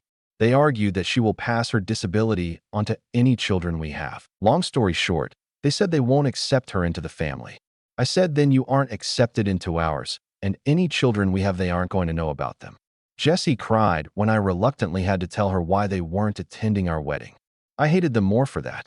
Only my sister 29 came, and she the only one I speak to, but I haven't spoken or seen my parents since. We now have twins, a boy and girl. They are both hearing. My sister came to visit and said our parents found out about them and asked her to ask me and Jessie if they can meet them. I immediately shut that down. Told my sister to remind them they rejected Jessie first and they can fuck off. My sister later texted and said they both want to apologize. I said it too late. I told Jessie about the request. She said maybe we can reconsider and take it slow. My friend said it can be the healing and closure I need. I don't know if I want it. I don't know if they are wanting to see my children because they found out they are hearing. I don't know if I'm being selfish and only thinking about how I feel. Stories number 14. Aita for wanting nothing to do with my kids and ex-wife after 2 years of false allegations. Hold on, because this is a doozy. I'm going to omit some details to help keep myself from getting doxxed about this whole thing. Last year, my kids 9F and 7M ran away late at night / early in the morning. When found by some city officials, they claimed I kicked them out of the house. I woke up the morning of to the cops and CPS knocking on the door. I told my side of the story from what I knew, and they had my now ex-wife tell her side while keeping us separated. The cops claim our stories don't match and end up arresting me. I bail myself out that same day and go live with my parents for a while. I'm dealing with court, scared that I'm going back to jail or prison and that I'll lose my job that I had only been at for a year. A little over a month goes by, and I get a phone call to have a meeting with the CPS woman in charge of our case. My daughter ended up making more allegations against me that did not make any sense to the CPS people, and when they asked her questions, she was unable to give them answers. My son ended up breaking first and admitting the whole thing was made up and that my daughter was the one to orchestrate everything. This reveal led to the charges being dropped and my daughter getting counseling and psychiatric help. For a while, I thought things were good. We were on our way to fix things. I kept trying to get all of us into therapy, both individually and family. I was already in therapy due to this whole situation anyway. My ex kept dragging her feet, and it never went anywhere. After some other situations with being displaced due to a natural disaster and me trying to get things packed up in our old apartment, I get told by my ex she wants a divorce, so now I'm having to rush and try to find a place to live, which I did luckily. I actually move in tomorrow. On the 14th of June, I get served an emergency protection order by the county sheriff's office. I'm told it's because I allegedly hit my son and gave him a concussion while in the grocery store, where there are cameras. He had been taken to the emergency room by my ex on the 14th, but this event allegedly happened on the 10th. I had told my ex that due to me having to get this house to rent, along with utilities in my name, adding up to over $2,000, that I wasn't going to be able to pay certain bills this month, but that I'll get them caught up as soon as I can to get everything paid off, and even. I signed for the deposit on the 11th, and the kids had been with her while I did this paperwork, and there was no issue. On the same morning, I had taken my kids to the park so they could play and recorded videos of them being silly and having fun. I was talking to my therapist this week, and I told her what was going on and how I felt about being around my ex or the children. It's 2 years in a row of false allegations. I want nothing to do with any of them now. I'll pay child support gladly. I had an agreement with my ex before this all happened of paying $1,000 a month, $500 per paycheck, for child support. After all of this, Aita for not wanting to be around the children and my ex after everything gets settled and found out to be lies again. Additional information. I posted this before I clocked in at work, so let me give some more details. My ex-wife and I were still together when the kids ran away last year. My side of the story during that was that I came home from work, talked with the kids and wife, gave the kids their melatonin gummies before sending them to bed, after which I took a shower before making me something for dinner and cleaning up afterwards. By this point, my ex was asleep already, and so were the kids. When CPS and the mental health professionals were talking to my daughter after everything got cleared, she was saying the voices she was hearing were telling her to do things. The mental health professionals said this sounded too rehearsed to them. It later got revealed that she was watching videos on YouTube about kids pranking their parents, and she wanted to try it out herself. She had access to YouTube due to tablets that my MIL had given the kids for Christmas back in 2023, which I disagreed with, but I was ignored. At the time, and to this day, I do not believe my ex had a hand in the running away situation. On to this year, my son went to the ER on the 14th because he had, and I quote from the paperwork I was given, dizziness, lightheaded feeling, and a nosebleed. I am not sure how he received a concussion. Nothing is finished with this situation yet, and nothing has been decided in terms of child support. We go back to court next month to revisit this after the investigation has finished. On the day I received the EPO, I talked to a state trooper and told him the kid's history, showed the videos of my kids playing, and showed receipts on my banking app from when we were at Walmart and at what time we were there. As of right now, I haven't heard anything else. I have already been interviewed by CPS and informed them of the same things I told the state trooper, because it is a different person on this case as my ex and kids live in a different county at the moment. This time I firmly believe that my ex is behind this due to my telling her some of the bills would have to wait, because I'm having to pay approximately $2,500 to move, put down deposits, and pay first and last month rent. I haven't seen my kids since I dropped them off to my grandparents on the afternoon of the 11th. I have not made a decision about staying away from my kids, but I do plan on talking to a lawyer in the next couple of days, and I'm looking into security for my house and a discreet body camera to wear like many other users have said. I'll try to answer any other questions that I can, but I move tomorrow and I have some last-minute things to pack up and place in my car and move downstairs. Thank you for all of your insights and words and thoughts and prayers. It means a whole lot to me that I can't put into words. Relevant comments. Are OOP's children his biological? Reply. Well, considering they look like I just clicked copy and paste. Did something happen at the grocery store that caused the son to have a concussion? Reply. Nothing happened at the grocery store is the thing. We went in, picked up some sweet tea and ramen, then left. Update. Aita for wanting nothing to do with my kids and ex-wife after 2 years of false allegations. So I have an update, along with answering some questions better from my previous post. When I first posted this, I was not in a good headspace, and I realized that I wasn't very clear. To be honest, I'm still not in a good headspace, but it's a little bit better. For starters, these false allegations started last year when my kids were 9 and 7. When I said 2 years, I meant calendar years. When I said I spoke to the police about my side of the story last year, I meant what happened the night before the police and CPS showed up at the front door. I had gotten home, spent some time with the kids and my ex-then wife before giving the kids their melatonin gummies. This was done on an as-needed basis, mainly 2 to 3 times a week at most. After that, I went and took a shower, made myself some dinner, then ate and cleaned up the kitchen before spending more time with my then wife before we both went to bed. Due to a contraction happening when she was being given the epidural, she sleeps better propped up, so she slept on the couch while myself and the kids slept upstairs. The next morning is when I woke up to the cops at the door with CPS. I was charged with child abandonment and arrested.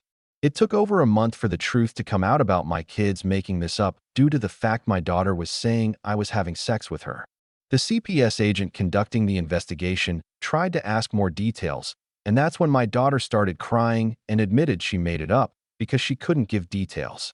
The only reason my daughter even knew what sex was is because my ex and I were in the bedroom, and we both thought the other locked the door and my daughter walked in on us. Moving to now, I don't know how my son got this supposed concussion. We had court again on Monday, the 21st, and when the judge asked her, she told him that after talking with the state trooper, we have decided to not press criminal charges. I asked the judge if there was any evidence that they had about what they're claiming I did, and he told me that since no charges were filed, there's no evidence gathered to give to me. I want to thank everyone for their answers on my last post. Thinking about those feelings was making me sick to my stomach, and I just needed some perspectives from people who weren't emotionally involved. I thought about this since last month, and I made the decision to tell the judge I want the divorce process and this EPO to be over and done with, and that I just want to be left alone. I'm still questioning if this was the right decision or not. I'm just not sure what else I could do. I work 12-hour days 5 to 6 days a week.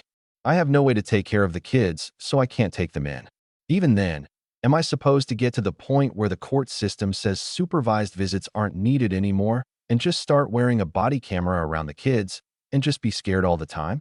Looking over my shoulder constantly, just to make sure that I'm not going to end up in jail again. We have a hearing set up for December to hopefully get everything finalized and finished. I keep thinking about the kids going trick or treating in 3 months, going back to school next month, how we won't be decorating Christmas trees together or making cookies for Santa, and I start crying all over again. I'm not sure what else I could have done though that wouldn't have made me a paranoid mess 24/7. This will be the last update until December or January, I guess. Thank you again for everyone saying I wasn't an asshole for feeling this way. Have a good one, Reddit. Relevant comments. Did OOP's ex explain why she wanted the divorce? Reply. Her words was that she just isn't in love with me anymore, and we've both become too different. She's religious, I'm not. Both have different views on things that we can't come to an agreement on. After last year, I wanted to get us into therapy and got some recommendations for marriage counselors and gave her the list and said that I'd be fine with whoever she chose so long as we worked on it. She never chose anyone and kept making excuses about why every time I asked. Commenter 1. Your daughter lied about you or ping her, among many other allegations, and she says that she was motivated to behave the way that she did after she apparently watched a YouTube prank video. There is more to this story than your daughter is letting on. Either your ex-wife has coached your daughter well, or your daughter is incredibly manipulative at a very young age. Reply. Everything I know I included. I'm dead certain there's stuff I don't know about like you said. Commenter 2. If you don't mind the question, in your previous post, you mentioned how you were arrested because the cops claimed you and your wife's stories didn't match. Did you find out why they weren't the same and why your wife wasn't arrested as well? Sorry you're going through this, OP. Reply. No, I didn't. I have the police report, but all it says is when asked if she believes he's capable of this, she answered, I don't know. I don't think so. I don't want to think about it. Did the daughter's tablet from MIL have parental controls? Reply. She apparently somehow found a way to get past it from what I know about it. Like I mentioned in a different comment, I told everything that I know about the situation from my end. OOP needs to get his kids in therapy, especially his daughter and himself. Reply. I agree about both, and luckily I'm in therapy already. I've been in therapy since August/September of last year. Update 2. Aita for wanting nothing to do with my kids and ex-wife after 2 years of false allegations. So this is a really small update that I wasn't expecting to make. I had left a voicemail for the CPS agent assigned to the current situation with my son asking for an update on everything because I haven't heard anything since June. She had to look in her case notes, but everything has been found to be unsubstantiated. I should be getting the official paperwork in a few days to a week in the mail. I'm not sure how to feel about this, honestly. I'm relieved that the truth has come out about these allegations. Angry that this has happened to me twice now. Happy that this is one step closer to being finished. I want to cry, but I couldn't tell you the specific emotion that's causing it. I'm taking some other Redditors' words to heart and putting in a request to my state police records department to get copies of any and all paperwork, evidence, or lack thereof, anything I can get my hands on from them. I'm also getting copies of my son's medical records so I can see exactly what was found back in June. I know a lot of you don't believe this, and I don't care. I have nothing to gain from lying about this.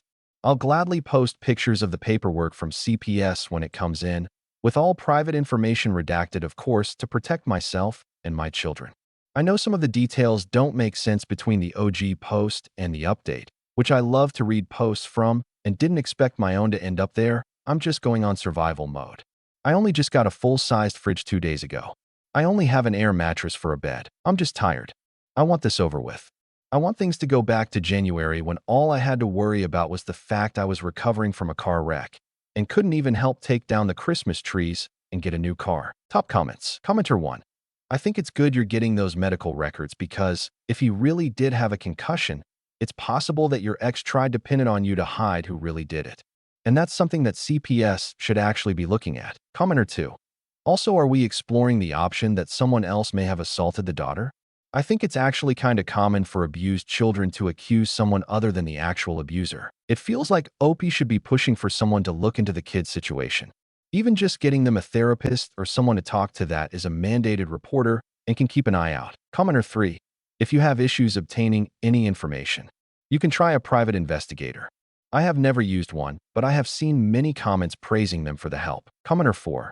Buddy, it's clear your ex-wife is more involved with all of this than you think. I'd document everything with her and keep your kids in therapy. If you have custody of the kids, get cameras around the house too. She's poisoning them against you. Stories number 15. My 25F boyfriend 27M called me selfish for wanting him to leave his boys' night early due to me grieving. Where do I go from here? I have tried posting this too many times, LOL. I've never used Reddit before, only seen videos. but I'm hoping to get some much-needed insight. I have been in a relationship with my boyfriend for 4 years. Our relationship has been very good for the most part, some fights here and there, but nothing worth noting. Until a week ago, I got a call from my brother telling me my mom had passed away last Friday. Growing up, I was never super close with her. We were usually fighting, but over the last 5 years our relationship improved tremendously. We'd text throughout the week, and every Sunday I would go on 4 to 5 hour drives with her on speaker to keep me company, talking about anything and everything under the sun. She became my best friend. For context, my boyfriend knows how close we had gotten and had even joined me for some of those drives. Now is the problem. My boyfriend has a fairly close group of friends that he keeps up with, usually gaming with them throughout the week. Then, once a month, him and his friends will hang out and drink. He let me know a few days prior that he would be hanging out with them that Friday. When I got the news, I immediately called him, breaking down and telling him I didn't know what to do and that I knew I needed to be with him tonight. He went from consoling me to saying, "I let you know a few days ago I have plans with my friends. I only get to see them once a month." I told him I understood, but I really needed him, and I'm sure they would reschedule, to which he said they definitely wouldn't be able to as they all have their own responsibilities. After some more time going back and forth, I gave in and said I would be okay with him going as long as he left early. Since he leaves at 7 p.m., I said I would like for him to come back by 11. He agreed. I spent the night going through texts with her, photos, everything I could. I tried to distract myself with other things, but nothing worked. Eventually, 10 p.m. rolls around and I text my boyfriend, "Will you be leaving in an hour?" To which he responds, "You told me 12, so I'll be leaving then." I told him I said 11 and I was standing by that. He didn't respond after and came home at 12. I asked him why he didn't reply and why he didn't just come back an hour earlier. He immediately got upset with me, telling me I was being selfish for ruining his night with his friends. Him spending an extra hour there means nothing since he still left early, and I would be fine since I didn't spend my childhood with her anyways. I told him I didn't even want him to go out with them that day to begin with since I had just gotten the news, but I agreed to it under that specific condition, and so had he. He could also just catch up with his friends when they game during the week. The fight ended with him telling me I was again being selfish as he doesn't get to see them in person often, and that I shouldn't expect him to drop everything for me. We've been fairly cold to each other since, which has left me overthinking and reevaluating our relationship. On one hand, I am extremely heartbroken he wasn't there for me and know that's not something I want for my future, but on the other hand, his words have definitely gotten to me and I feel bad for separating him from his friends. I also know it would break me more to lose someone else so close to me. Where do I go from here? Stories number 16. Aita boyfriend peed the bed and is mad at me for my response. My boyfriend M27 and I F23 just moved into a new house and bought a new mattress. Last night, I woke up to a wet feeling under my arm and hand. My boyfriend was already up and in the bathroom. When he came back, I asked him if he spilled something in the bed or knew why it was wet. He told me that he thinks he peed the bed. I asked him again and said, "Wait, are you serious?" And he said, "I think I peed in my dream and peed in real life." We are both half awake at this point, and I'm just surprised that he actually did wet the bed. I asked him to go grab stuff to clean it up, and he told me that it was fine. I asked him what he meant by that, and he grabbed a towel, laid it on the wet spot, and got back into bed to go to sleep. I pulled the covers off of him and told him that he needs to go grab stuff to clean it up because I don't want it to get stained, and it's a new mattress, and we don't have a mattress cover for it yet. He told me that it was fine, and I'm overreacting. That statement naturally pissed me off, and I told him I'm not going to sleep in his piss, and that's not fair to me. He told me he'd clean it in the morning and that it's not a big deal and doesn't warrant the reaction I have. That was not the solution I wanted, so I took all the sheets off the bed and threw them at him and told him to sleep on the couch. It was very irritating hearing him tell me that I'm overreacting because I asked him to clean up his peed in the bed we both slept in. He then knocked on the door 10 minutes later asking for a new blanket because the one I gave him smelled like pee. So, Ada for overreacting to my boyfriend not cleaning up the pee in the bed right away. Comments. Commenter 1. Not the asshole and get the pee remover used for dogs because soap and water won't do the trick. Commenter 2. Also get a waterproof mattress cover. I had to get one because I had an elderly cat who would sometimes pee on my bed. The way he was so blasé about it makes it seem like he's done this before. Commenter 3. I have a waterproof mattress cover cause sex wet spots, period leaks, stomach flus, etc. I don't get a new mattress without buying one. Commenter 4. I've actually peed in my dream, and peed in real life too. I woke up from it, and I immediately cleaned it. So no, you didn't overreacting. Commenter 5. Peeing in your dream is how almost everyone ends up peeing the bed in real life. Happens at all ages, just more common when you're younger. Update. Thank you guys for the quick replies. This was my first post on Reddit and don't use it very much, but after he left for work today, I really couldn't get the situation off of my mind. I thought I'd see what y'all had to say. I'll address a few comments from the first post. First off, I wish it was fake, but I really did wake up yesterday to piss in the bed and ended it arguing with my BF. My BF and I have only lived together in small stints here and there before, but this is the first time we have our own house, just us. No, he doesn't have a drug or alcohol problem, diabetes, take meds, and wasn't drinking that night. He just worked an overnight shift the previous night, and he was pretty tired. He's never done this before since we've been together, so that's why I didn't believe him at first. And we don't have a lot of money right now, so we got a mattress from Walmart for $300 for those of you bashing that detail LOL. We both ended up cleaning the pee after I threw the sheets and blankets at him, and I took the bed because our couch isn't big and I really couldn't be bothered to move to the couch when I felt like I did nothing wrong. I was tired and wasn't thinking that part through entirely. Also, he is not a horrible abusive BF, have a fetish, etc., like some of the comments have said. And I didn't throw him out of the house. He was truly half awake and was just not responsive the way he needed to be after peeing in our bed. Anyways, he got back from work today with flowers and my favorite ice cream. He told me he was thinking about what happened last night all day and that he was sorry. He apologized for dismissing me and that he was disrespectful. I told him that the only issue I had with the situation was him telling me I was overreacting for me wanting him to clean up the peed ATM. That wasn't fair to me and expect me to be okay sleeping in his pee. Let me be clear, I understand accidents happen, but to sit there and tell me my response to needing it clean ASAP is unwarranted is insane. I appreciated the gesture and I did read what you guys said. He doesn't have any underlying trauma or alcoholic issues. He just peed the bed by accident. I wasn't shaming him for peeing the bed. I was mad at his response. I'm trying to be understanding that he was tired and wanted to go back to bed, but at the same time this affects both of us. I just needed him to be responsible and acknowledge that what I said was valid and he needs to grow up. He did order a mattress cover that will be here tomorrow. So until that's on the mattress, I don't want him in the bed with me. I think making him sleep with those sheets and blankets did jolt him awake to realizing the gravity of the situation. I'm still a bit hurt from how he handled the situation selfishly and was inconsiderate. But he seems pretty remorseful, so we'll see how we both feel later. That's it for now. Thank you guys for your advice. Comments. Commenter 1. You handled it well. Accident happened, but your feelings and boundaries are valid. Glad he's taking responsibility and matters cover will help. Commenter 2. He came to his senses, apologized, and took accountability. That's more than most people on this platform can manage.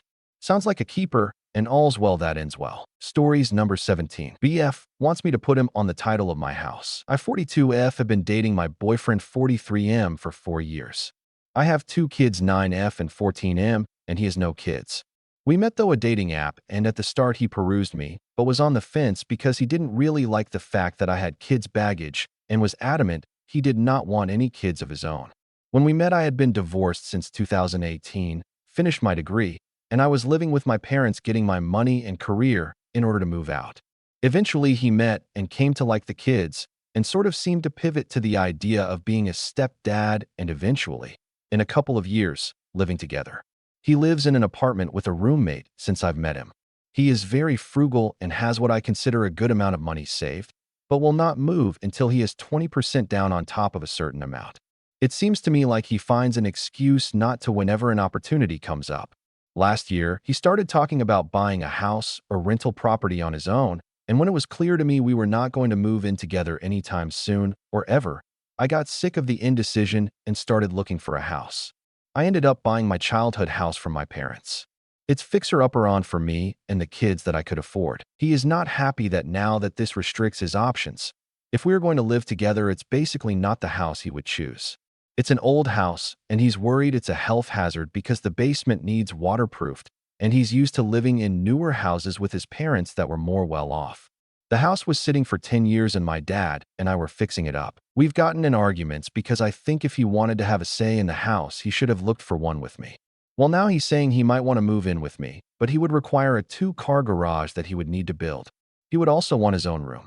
I have a garage, but it's not big enough for his 2 cars. So he wants me to put his name on the title of the house because he would be investing in the house and increasing the value. He would also expect to pay half the mortgage for the next 10 years, and then we would own the house.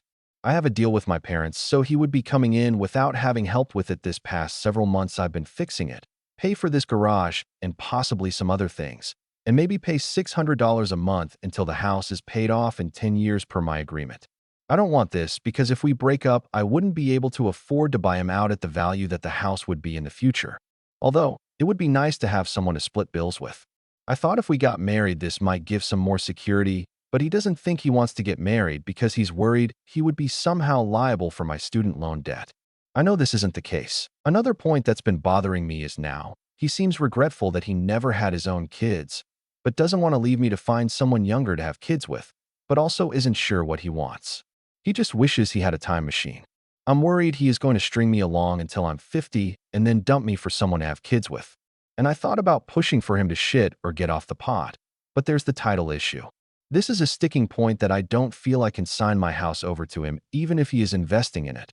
And I'm not even sure he would follow through with that because he keeps changing his mind.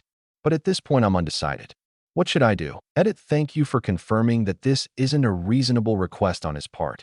I am not going to put him on the title. As I said earlier, I did sort of give him the option of saying if we got married, maybe then, which he found an excuse for. I have said there's no point in even talking about living together since he might change his mind tomorrow, among other reasons that most of you have mentioned. I told him it's not happening the way he wants. The house issue does seem like it's forcing a breaking point, and there are a lot of incompatibilities that I have yet to do anything about. Comments. Commenter 1. Do not under any circumstances do this. Do not. Edit. For anyone wondering the deleted comment, they claim the BF living there for a year legally puts him on the title. Commenter 2. It seems like he is looking for the easy way out. In other words, he is utilizing your efforts, money and land without any regard for your future together. He wants to own something by investing for it at the bare minimum. The shortest possible answer is, do not agree to his conditions. Do not do anything. Think about yourself and your kids. After you decline his offer, I am absolutely sure that he is going to try to guilt trip you or persuade you that his idea is for the greater good. It is not. He is being greedy. Stick to your guns and do not give in. Reply. He did try the guilt trip with, well, you wanted to live with me before when you needed to. Now that you have your own place, you don't. And he thinks that after a couple years I will need him to because I won't be able to afford it. Stories number 18. Aita for asking my mom why I'd help feed her husband, or their kids when I want nothing to do with them. My mom lost custody of me 17M when I was 7. Her and my dad were divorced. She was flaky about stuff with me, like helping with homework or picking me up from school. Then she met her husband who had a criminal record, drugs and assault. After they got married, she tried to deny dad his custody time and wouldn't let me go back to dad until a judge ordered that I be put in dad's custody. Dad called the police and they went to the house. Tried to make mom surrender custody and they wouldn't, and because the police didn't want any violence, they just logged every time she refused to give me over. Her husband was also arrested in front of me when she was refusing to let me see dad. At the end of it all, it was decided I should stay in dad's custody. Mom was given visitation briefly when I was 12, but that was cut short because she tried to make me leave with her and had to be removed from the place we used to meet at. Then 18 months ago, she got visitation back again, and she's keeping it now. It started with 3 hours once a month. Then it turned into going to her house for a few hours. And then to an overnight. It's still one overnight, but I stay from 6 p.m. to 4 p.m. the next day. And yeah, this was agreed at my age with me not wanting to go. The judge ordered family therapy for me and her for several months too, but we're finished now. I'm counting down until my birthday when I can leave her behind and just never go back. When it's closer to my birthday, I'll probably refuse to go because we won't make it to court in time. So anyway, the point of my post. My mom and her husband need help feeding the kids. They have together 4 kids under 10, and they got food from this charity once a week, plus whatever they can buy. And sometimes if they can get stuff out of food banks. Mom knows I have a part-time job and that live good at dad's house, and she asked me to help them with food. She said I could buy stuff or share what I get at dad's or whatever, but they struggle and we're a family. I told her we're not, and they're not my problem. She told me that their kids aren't getting as much as they should and they take all the help they can get, and she told me they're my siblings whether I know them or not, and why don't I help them at least? I asked her why I would help any of them when I want nothing to do with them. I said she should have been a better mom if she wanted me to care, and married a better guy if she wanted me to give a fuck about him. My mom texted me after I went back to dad's, and she texts like once a day now telling me to at least think of the kids and how we're still a family even if I'm angry about stuff that happened. By the way, I know the kids are innocent and that they're related to me, but I really don't feel any sibling connection or love.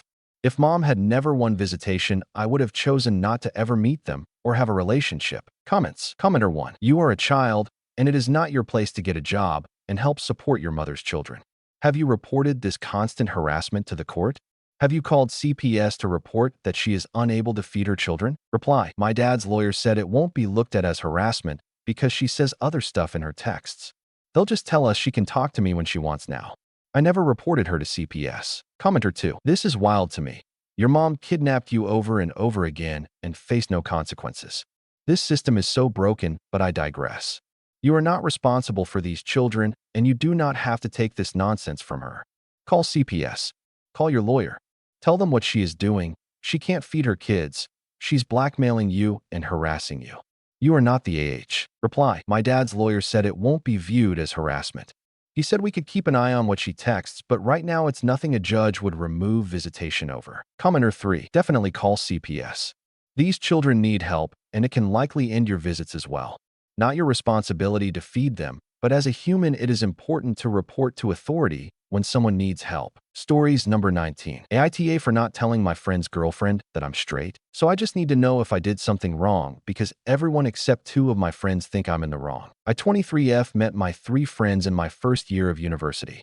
Let's call them Abby 24F, Ben 24M, and Charles 25M. We were inseparable all 4 years, and since we graduated just over 2 years ago, we've met up once a month for dinner or some kind of activity. Partners have always been included if they want to. Abby was with her girlfriend for almost 3 years, but they broke up 3 months ago, and Ben's girlfriends never last longer than 2 weeks, so he doesn't bring them around. However, about 8 months ago, Charles started dating Danielle 29F. They met on a dating site, and initially we thought she was nice, but that she seemed a little old for our chronically immature friend. But they seemed happy, and she started joining our hangouts 5 months ago. Personally, I don't date much, so I've never brought anyone to our hangouts until Saturday night. About 4 months, I started seeing Jamie 25M. Jamie's real name is also a popular unisex name. I decided I wanted him to meet my friends, so after our dinner in July, I texted the group chat me, Abby, Ben, and Charles, and asked if it would be cool if my new boyfriend Jamie joined us. Everyone was excited and couldn't wait to meet him. Anyways, we went Saturday night, and Jamie and I were the last to arrive. Everyone else was just waiting in the front area of the restaurant waiting for our table to be ready. I introduced everyone, and then Ben asked me about a hobby project I've been working on. Meanwhile, Jamie is making conversation with the others. I think everything is going great until the hostess shows up and asks if we're waiting for one more. We say no, and then she goes, "Oh, your reservation is for 6. Did someone cancel?" We looked around, and that's when we noticed Danielle was gone. Charles says she must have gone to the bathroom, but he'll wait for her and come to the table when she comes out. 10 minutes go by, and still no Charles or Danielle. Jamie and Ben are deep in conversation, so Abby and I decided to go to check on them. When we get out there, Charles is knocking on the bathroom door, and no one is answering. Charles tells us that he called and texted Danielle, and she's not answering, and he's worried something's happened to her. Abby's a nurse, so she went into the bathroom while I waited with Charles. She came out and told us no one's in there. So now we're all worried. Charles calls Danielle again, and this time she picks up. We could tell they were having some kind of fight, so Abby and I went back to the table to tell Ben and Jamie that we should probably leave. Before they could even stand up, Charles came to the table and told us to sit down. He said Danielle went home, and if she was going to be this way, he wasn't going to let her ruin his night. He refused to tell us why she left or what she was mad about. We have a good time, but was still kinda awkward with Danielle not being there. After we pay the bills, Charles asked Ben for a ride home since Danielle drove him. So we went out to the parking lot, and Abby's parked the closest, so she was gone before everything got worse. I parked way out in the back next to Ben, so the 4 of us are walking all the way out when Ben said, "Isn't that Danielle's car?" Sure enough, Danielle is parked a couple of cars down from mine, and she was just sitting in the driver's seat. When she finally noticed us, she got out and slammed the door and started coming towards us screaming at Charles. She was screaming at him about me. She called me a manipulative whore among other things. I didn't really know what was going on, so Jamie and I just left. Ben said he stayed for almost 45 minutes in his car waiting for Charles in case Danielle left him there. He's also confused about what happened. So yesterday morning, Sunday morning, Abby asked me because she heard from Ben about the fight and wanted to see what I knew. She's my roommate. Obviously, the three of us were still clueless. Until around 11 a.m. when Charles called me. I put the phone on speaker so Abby could hear, thinking it was just going to be him ranting. Only it wasn't. Charles was calling to tell me that Danielle wanted an apology from me because I didn't tell her I was straight. I guess she assumed I was gay like Abby because I've never brought men around before. I asked how she didn't know when I said I was inviting my boyfriend. I looked. I used boyfriend and he/him pronouns in the text chain. Charles said he just used the word partner because he tries to be inclusive. I told him that I'm not going to apologize because he didn't make it clear Jamie's a boy when I did. That's his fault, not mine. That's when Abby and I heard Danielle start yelling in the background. Next thing we knew, she took the phone and started yelling that I was a manipulative whore who lied on purpose and that I'm trying to steal her man. She just kept yelling at me until I hung up. Then she texted the group from Charles's phone. At least it's safe to assume it was her. That Charles will no longer be associating with us because I'm an evil bitch. Ben had no idea what was going on and called us. The three of us decided that it was Charles's fault for not making it clear, but Jamie was a boy and that none of this is my fault. However, Ben thinks that I should apologize to Danielle for not making my sexuality clearer. A number of other mutual friends have reached out since yesterday afternoon, telling me that I need to apologize and writing nasty comments on all of my Instagram posts that include pictures of all four of us. None of them refuse to listen and all just say that I'm in love with Charles and that I'm a homewrecker trying to steal him. Not sure why I would do that while I'm in a relationship, but whatever, or that I lied. Because I'm with a lesbian and never corrected Danielle, I didn't know she thought I was gay. I'm assuming that Danielle is telling everyone that I made a pass or something, but when Ben and Jamie heard that, he burst out laughing because everyone who knows me knows that Charles and Ben are more like annoying old brothers to me than anything else. Now, I don't know if Charles has a thing for me or not, but in the 6 years I've known him, he's never made any kind of pass or romantic advance, so I doubt it. This is a throwaway because Charles follows my main and I want to avoid getting in a fight with him or Danielle on Reddit. So, I need to know. Aita for not telling Danielle that I'm straight before now? Should I apologize for not making it clearer? So, just a brief update that is making things clearer. I just got off the phone with one of my friends who is also friends with Charles, and I asked her to tell me what they're saying about me. Apparently, Charles asked me out first year, and I said he wasn't my type. I don't remember this, but at the time I would have been 17 while he was 20. Yes, I skipped a grade. I just turned 23 at the beginning of July, and Charles turns 26 in 3 weeks, so he's almost a full 3 years older than me. So that meant I must be gay and just in the closet. He read Jamie and assumed woman and just ignored all the times I said Jamie's a dude. And I guess he's been making comments to Danielle about how he wishes I was his type and comparing her to me. Then while she had stepped out, aka pouting in her car, she saw us through the window groping each other. There was no groping. Just me telling him that she was probably just waiting for someone to enter the bathroom so she could ask for a tampon. Literally didn't touch him at all. Also, apparently I've made passes at him before. I rubbed myself on him and I've been trying to sabotage their relationship since the beginning, but she brushed it off. BC, I was just a touchy-feely gay. And apparently Charles believes that the only reason I'm dating Jamie is to make him jealous because I obviously don't have a problem with older guys. So I guess I figured out what lies they're telling, and Abby, Ben, and I wrote out a text in the group chat explaining that we don't appreciate the lies they're telling and that I will not be apologizing for a problem they're causing and we won't be reaching out again. Update. Aita for not telling my friend's girlfriend that I'm straight. So for anyone still interested, it's been almost 5 days since Danielle blew up on Charles at the restaurant, and things seem to have fallen apart for him. Almost everyone who originally thought I was the on Sunday and Monday seems to have changed their minds, because there are at least 4 different stories that seem to originate from Charles and or Danielle. Story 1. When Charles originally asked me out, I apparently flat out told him that I am gay, but he needed to keep it a secret because I didn't want my homophobic parents to find out. Apparently, my 2 uni boyfriends were beards, and that's why they didn't last long. This is false for many reasons. First off, my parents aren't homophobic, and if Charles asked me out when he said he did, I no longer believe he did, and that's why I can't remember. Thank you for the commenter who made me question if it happened. There's no way I would have trusted him enough with that information. Even now, I would have trusted Abby and Ben more. Story 2. I've been telling Charles that if I was to ever switch teams, he would be my first call. Apparently, this is something Charles told Danielle every time she got upset when he would say stuff like, "That's not how Opie would do it," or "Opie says this is how you should do it." Apparently, he's been making comments like this in front of other PPL. Story 3. Charles and I have been sleeping together the whole time, and Danielle was the other woman who had no right to be upset. Also, Charles lied to her about not having a girlfriend. I guess people thought this because, as one of my friends pointed out, every picture we're both in, he's touching me.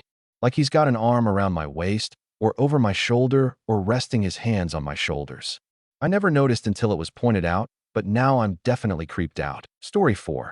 Abby and I have been sleeping together all along, and I'm the reason Abby and her ex broke up, and that I broke them up on purpose because I'm threatened by others disturbing our group dynamic. I now also understand why she thought I was using Jamie to make Charles jealous. She thought I was using him to make Charles make a move on me, so I could break them up. The homewrecker comments make more sense now, but Charles knew they broke up because Abby's ex got a job in France. Honestly, I don't know how Charles kept any of it straight. In other news, Danielle broke up with Charles, apparently not 100% sure since Abby. Ben and I still aren't talking to Charles and probably won't ever again. I've heard that she found out it's all been lies. Also, she was so worried about him cheating with me because he cheated on his ex with her. Makes sense why he always had a new girlfriend right after the breakup. He was cheating on the ex with the next. Apparently, he used the excuse that he was with Abby and I with his ex when he was meeting with her. He started saying that to her, and when she pointed out that used to be code for being with her, he said, "Well, sometimes I was with them and not you."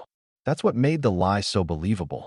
He hasn't spent any more time with us than normal, so I guess he's got a new one already. Honestly, as far as I know, a lot of my friends realize that he's creepy and manipulative and a liar. He's really exposed how much of a truly awful person he is.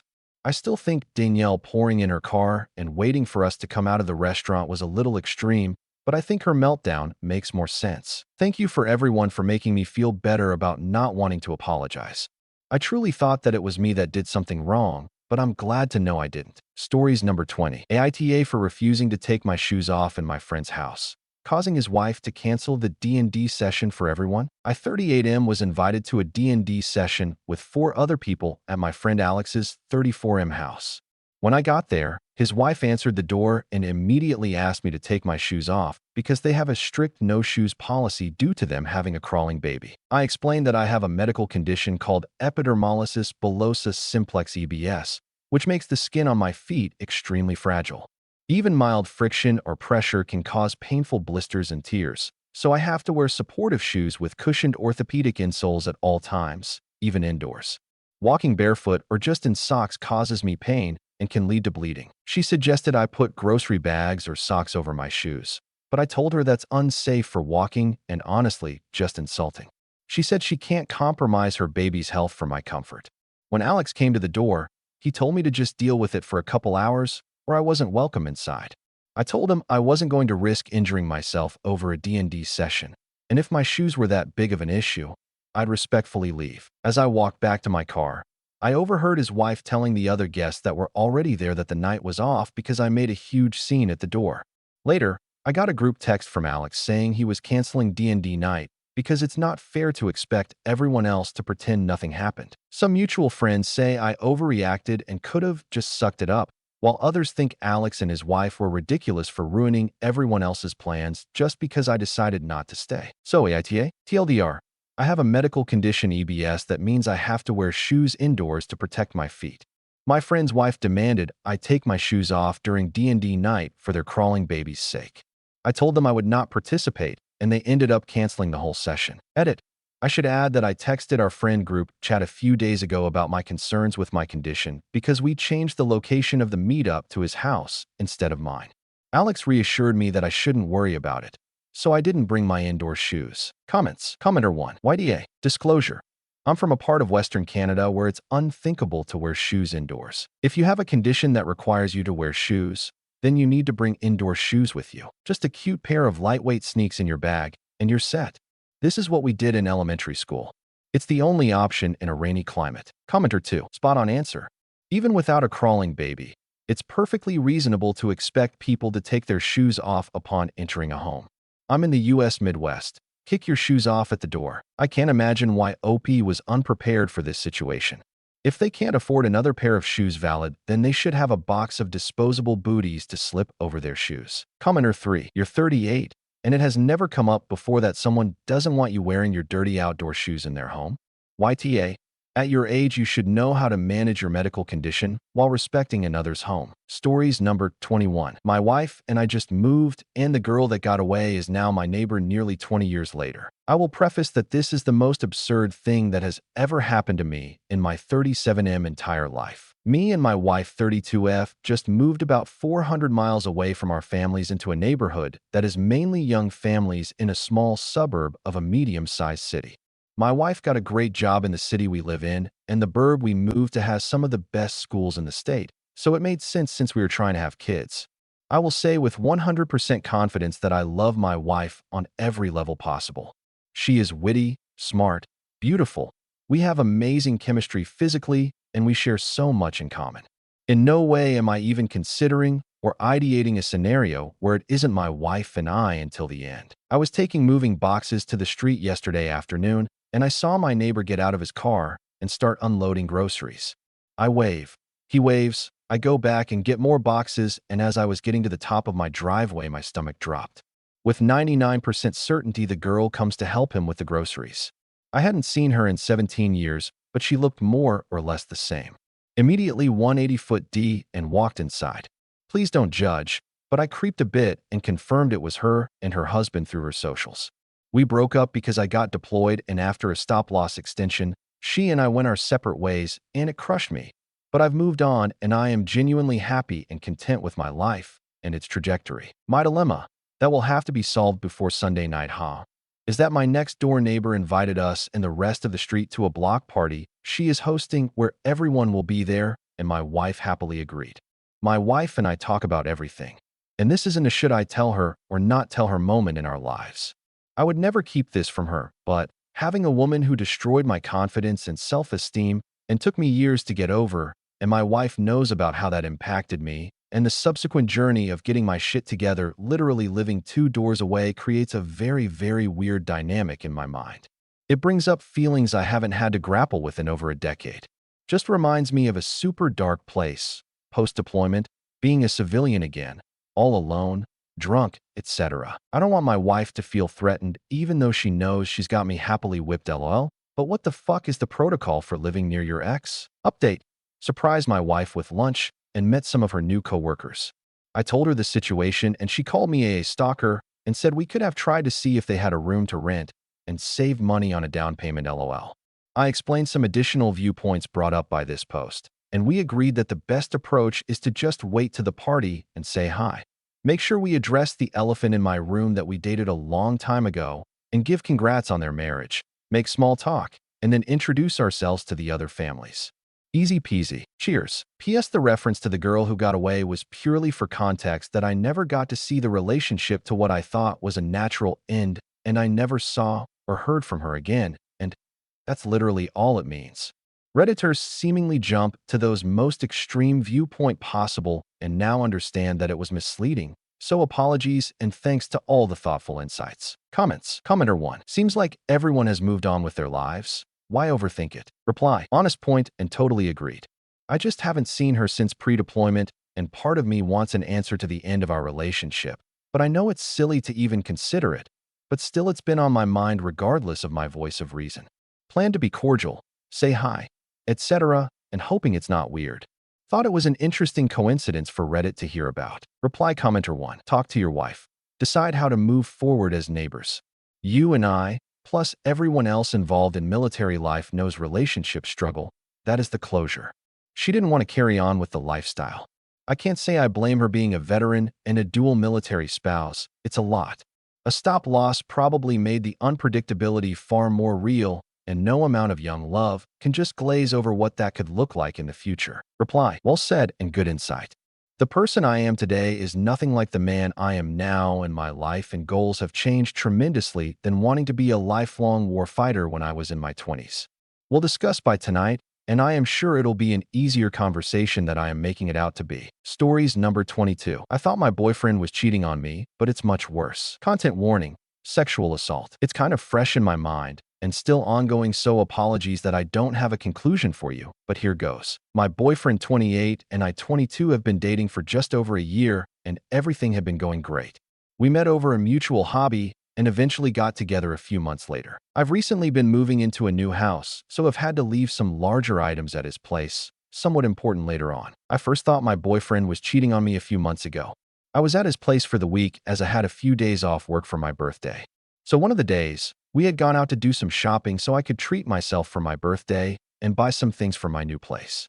One of these things I bought was a board game to play, as I am a big fan of them in general. So later in the day, we eat dinner and then sit down to play my new game, which is this game where you have to name things in a category until the shoot before a ball reaches your side. My boyfriend had gone to the bathroom while I set the game up, and I waited for 5 to 10 minutes before he came back down to play. As we were playing, I said an answer that he didn't think was right, so he went to check on his phone, which is where I noticed that he had Grindr open as one of his recently open apps. I told him to go back, and I clicked on it and asked him to let me see his phone. At this point, he said fuck, as he knows he's been caught out, and he sat with his head in his hands. I'll spare the details on most of the messages, but it was the typical flirting you'd see on Grindr with pics from both sides. One in particular that caught my attention was one he had actually set a meet up with, asking if the other person was free on Wednesday at 6 p.m., 2 hours after I was leaving to go home. At this point, I'm screaming at him, asking him why he'd do this and a bunch of things I'm forgetting about. He tells me that he doesn't meet up with anyone and that he just uses the chats to jerk off to. I just look at him confused and ask why he doesn't just watch porn or use the pics I send him. And he explains he likes the live chat more than just old pics, and that he doesn't want to ask me because he knows my libido has been down recently due to some medication I'm on. I hate myself for even seeing the logic in this, but eventually I calm down a bit, tell him that he has to stop doing it, and that if he's horny he should talk to me. Eventually we're both sat on the bed, and I'm comforting him as he's crying. So at this point I believed him that he's not cheating. He's just used the wrong head and done something stupid. He says he's going to sleep on the couch, but I tell him that I don't want him to, and to come sleep in the bed, because I love him and I couldn't believe he'd do something like this. Nothing really happens for the next couple months. He's being his usual sweet self, chatting like we normally do. All that's different is that I'm trying to be more sexual for him. So I'm sending him more pictures and making more of an effort to get myself in the mood. We then get to about 3 weeks ago, where he comes to my place on the Sunday to help do some work on the house. We have a good day taking things apart to go to the tip and cut up the old carpet. He goes home, and everything seems fine. Then a few days later on Wednesday, he goes radio silent. He doesn't answer his calls, messages, or anything. Eventually, I found his mom on Instagram and sent her a message on the Friday. She explains that she's been trying to find a way to contact me and to ring her when I get chance. So my mind's racing, thinking he's fallen down his stairs since they are very steep. And before that, he had just fallen out with me over something. So I call her and she tells me that he's been arrested and they don't know where he is. So I'm shocked and don't know what to think, as he's never done anything that would make me think he could have been arrested.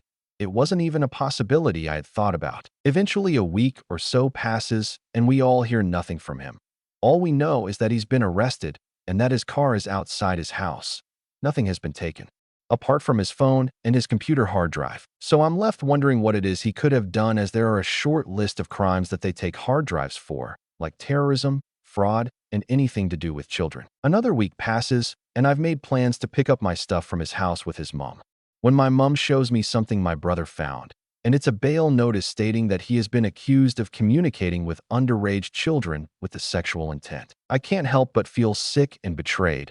I feel disgusting and guilty for not finding anything when I searched his phone. We've since received letters from him saying how sorry he is and how much he loves us all, and that he hasn't done anything, but I can't help but feel disgusted by him. But I also can't help but miss him and the messages I always wake up to, and it makes me feel sick. We unfortunately don't have a court date or a judge's verdict yet, but I had to get it out of my head and somewhere else. I have no plans to stay with him, but I can't help but feel sorry for his parents, who are lovely, the child involved, and also feel like a victim myself. Stories number 23. A Sarah Silverman mystery. I have been struggling with a mystery for decades. In November 2005, my husband, his brother, my friend, and I saw a stand-up at the Punchline in SF. My friend's friend was the opener, and Sarah was the main act. She did all her jokes from that time, and was hilarious, of course. As a Jewish girl in search of a doctor, being conflicted when raped by her gynecologist, etc. Probably 5 years later, I was in SF having dinner with the friend and brother-in-law, who asked, "That was Sarah Silverman we saw together, right?" I said, "Yeah, it was her, she was great, etc." My friend jumped in and exclaimed, "That wasn't Sarah Silverman. She's brunette, not blonde." We then went on to argue about it for an hour, and have never resolved it for 20 years. Thing is, that night at the show, Sarah did have blonde hair, or a blonde wig. Over these last years, I have tried really hard to find evidence of her doing that show. I've looked at Internet Archive, called The Punchline, tweeted Sarah, looked at her tour history, searched Google Images, and more. She was releasing her Jesus is Magic movie right at that time, and I have found nothing to prove she did that show. I also didn't find anything to prove she didn't. I have to wonder if she did it on the down low ergo, wig, or had someone else do her material. It's an easy question for her. Sarah, did you do stand-up at the SF Punchline in November 2005 in a blonde wig? Or did you let a blonde do your stuff? Why do I care? Because it's driving me crazy. 3 of us firmly believe it was her. One of us, my best friend, says it wasn't. The disagreement makes me uncomfortable for obvious reasons. You're wrong/no. You're wrong, and the fact that the mystery is solvable makes me all the more passionate about solving it. Maybe Heavyweight Podcast could solve it. Or Sarah herself. Or the folks at Handsome Podcast, who are awesome and friends with Sarah. Or a fan out there. Anyone at that SF show, or feel like figuring this out. Note, if my friend asked her friend who did the opener about this, she never told me or got an answer, which bugs me. Notable comments. Commenter 1. She has her own podcast where you can call in and leave a voicemail. Maybe she'll answer your question there. The Sarah Silverman Podcast. Reply. OMG. Thanks. I feel nervous about it. But I guess I will. I'll dig tomorrow to make sure of the time frame, so I don't look too dumb. I'll also confirm with my friend the naysayer. Stay tuned. One thing that might help. I've lived in NH for 34 years, and she's from NH. Commenter 2. Pretty sure she dyed her hair blonde or did the wig thing for a while, and I've seen pictures of it. But of course I can't find any right now. Maybe we fell into a reality where Sarah Silverman was blonde, and then we collapsed into one where that didn't happen. Reply. Well, I'm currently watching the whole Lost series for the first time, so I wouldn't rule that out. As for real reality, I remember when I first did the research, I found pictures of her close to the dates I was in SF that time. She was at a bunch of events due to the movie release, and her hair was dark. Reply. I appreciate this. I asked my friend for the name of her friend, who was one of the openers. Fingers crossed she remembers and tells me. That might help. I can then search the archive for his name, or just find him and ask. You'd think opening for her at the time would be a big deal. I'm also worried I have the month wrong, but other circumstances make me feel confident about November 5th. Commenter 3. Also know that she may have not been officially listed on the show that night. Bigger name comics will often show up at a club last minute, and will do some stage time. I hear comics on podcasts talking about this all the time. Either them showing up or a big name showing up and them getting bumped down last minute when they were not as famous as whoever showed up to do some stage time. Update. I have a conclusion. I'd first like to thank all you folks for the work you did to lead me here. While I feel dumb for not figuring this out years ago, I know that I couldn't. I tried.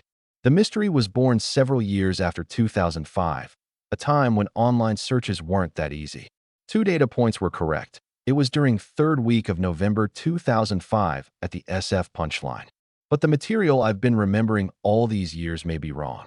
It's possible I'll be criticized for my nearly 20-year-old contention that the comic did a joke about being Jewish and being raped by a doctor, a Silverman joke that was fresh at the time in 2005. That contention, that memory, turns out to probably be wrong. Meaning, it's probable that specific joke was not told in the comic set, but instead, there were different rape jokes. Seeing Sarah's movie, Jesus is Magic, soon after I saw the stand-up, I believe I conflated the 2 comics. Diesel mentioned the Mandela effect, and I believe that's a factor here. Years after the show, when my brother-in-law asked, "Was that Sarah Silverman we saw?" I said yes. Why? Because I remembered the comic's looks, tone, body frame, age, demeanor, and smart, nasty material, all reminiscent of Sarah Silverman, whose similar jokes were by then banked in my memory. Only problem in my mind was the hair color. My friend, whose friend opened, dismissed my BILs and my recollection purely based on hair color, not the remembered material. If, at that moment, we had collectively explored it more specifically, we would have figured out who it was. But we didn't.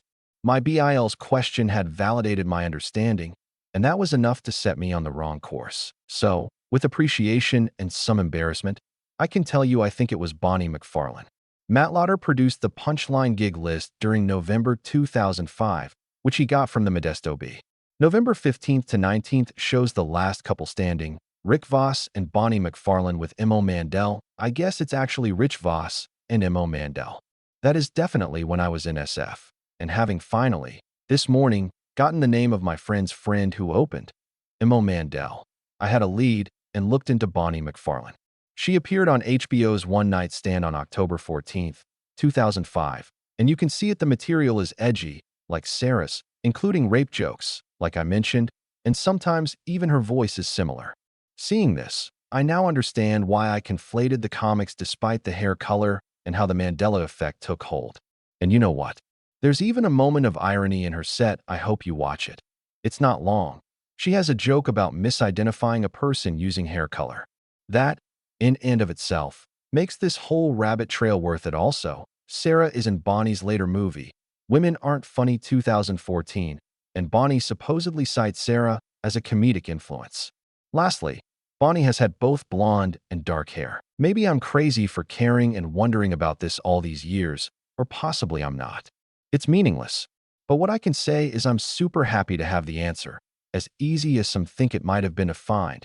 And again, pumped to have engaged you guys to help out. Stories number 24. Sociopath kidnapper in supermarket parking lot. My husband and I were at the supermarket, and our baby was being especially fussy, so he took her for a quick drive, the motion of which usually calms her down. It only took about 10 minutes to settle her, and I was still in the store, but was unsure how much longer I'd be, and there's poor cell reception inside, so he pulled back into the parking lot to wait for me. It was an unseasonably nice day, so he took her in her car seat to sit on one of the benches outside the store. He took a business call and had just sat them down, absent-mindedly rocking the carrier, when a woman well-dressed, mid-30s, average height, fit build approached them. It's not uncommon for people to ask to play with our baby. She's got big rosy cheeks, soft wisps of gold hair, and the most adorable Gourgelly toothless grin, especially when she's deep into a good nap. But her nap schedule is paramount, so my husband was preparing to tell the woman she actually couldn't play with our baby right then. She walked over right in their direction, brimming with nonchalant confidence, and before he can even finish his sentence explaining she was napping and not to be touched, she picked up the carrier and started walking off. He was in shock for a minute, not fully believing someone would be ballsy enough to do something so sinister in plain daylight. So he said, "Excuse me," put her down as his panic mounted. She remained calm this entire time, but when he called after her, she started walking away more briskly than when she'd approached. He ran full speed ahead, tried to grapple the carrier out of her hands, finally resulting to restraining her arms. This woman yells help. He's trying to take my baby. Kidnapping. 911. Help kicking him in the shin and pulling a pink bottle of pepper spray out of her handbag. Of course, no one in the parking lot was clocking the earlier interaction and assumed he really was a kidnapper, a lone man in a Deadpool t-shirt versus a tiny, well-dressed woman. Immediately, a man knocked my husband to the ground and was holding him down. He could hear bystanders encouraging the woman to file a police report, but she was doing a very convincing job of acting shaken up and insisted she just wanted to get home. To make matters worse for my husband, she was driving a minivan. He was in a raw state of panic, realizing the entire parking lot had banded together to inadvertently facilitate the kidnapping of our daughter. He was begging and pleading with them, but no one was listening. They just kept screaming at him that the jig was up and he needed to lie still and wait for police and stop terrorizing a young mother. My husband finally had the novel idea to show them family pictures on his phone, but, too panicked to think clearly, this manifested as him shouting, "I have pictures of the baby on my phone," which, of course, everyone interpreted as him having either stalking photos or worse, pornographic images of the baby. It was at this point that a man, I can't entirely blame the man considering what he thought was going on, kicked my husband as hard as he could in the ribs.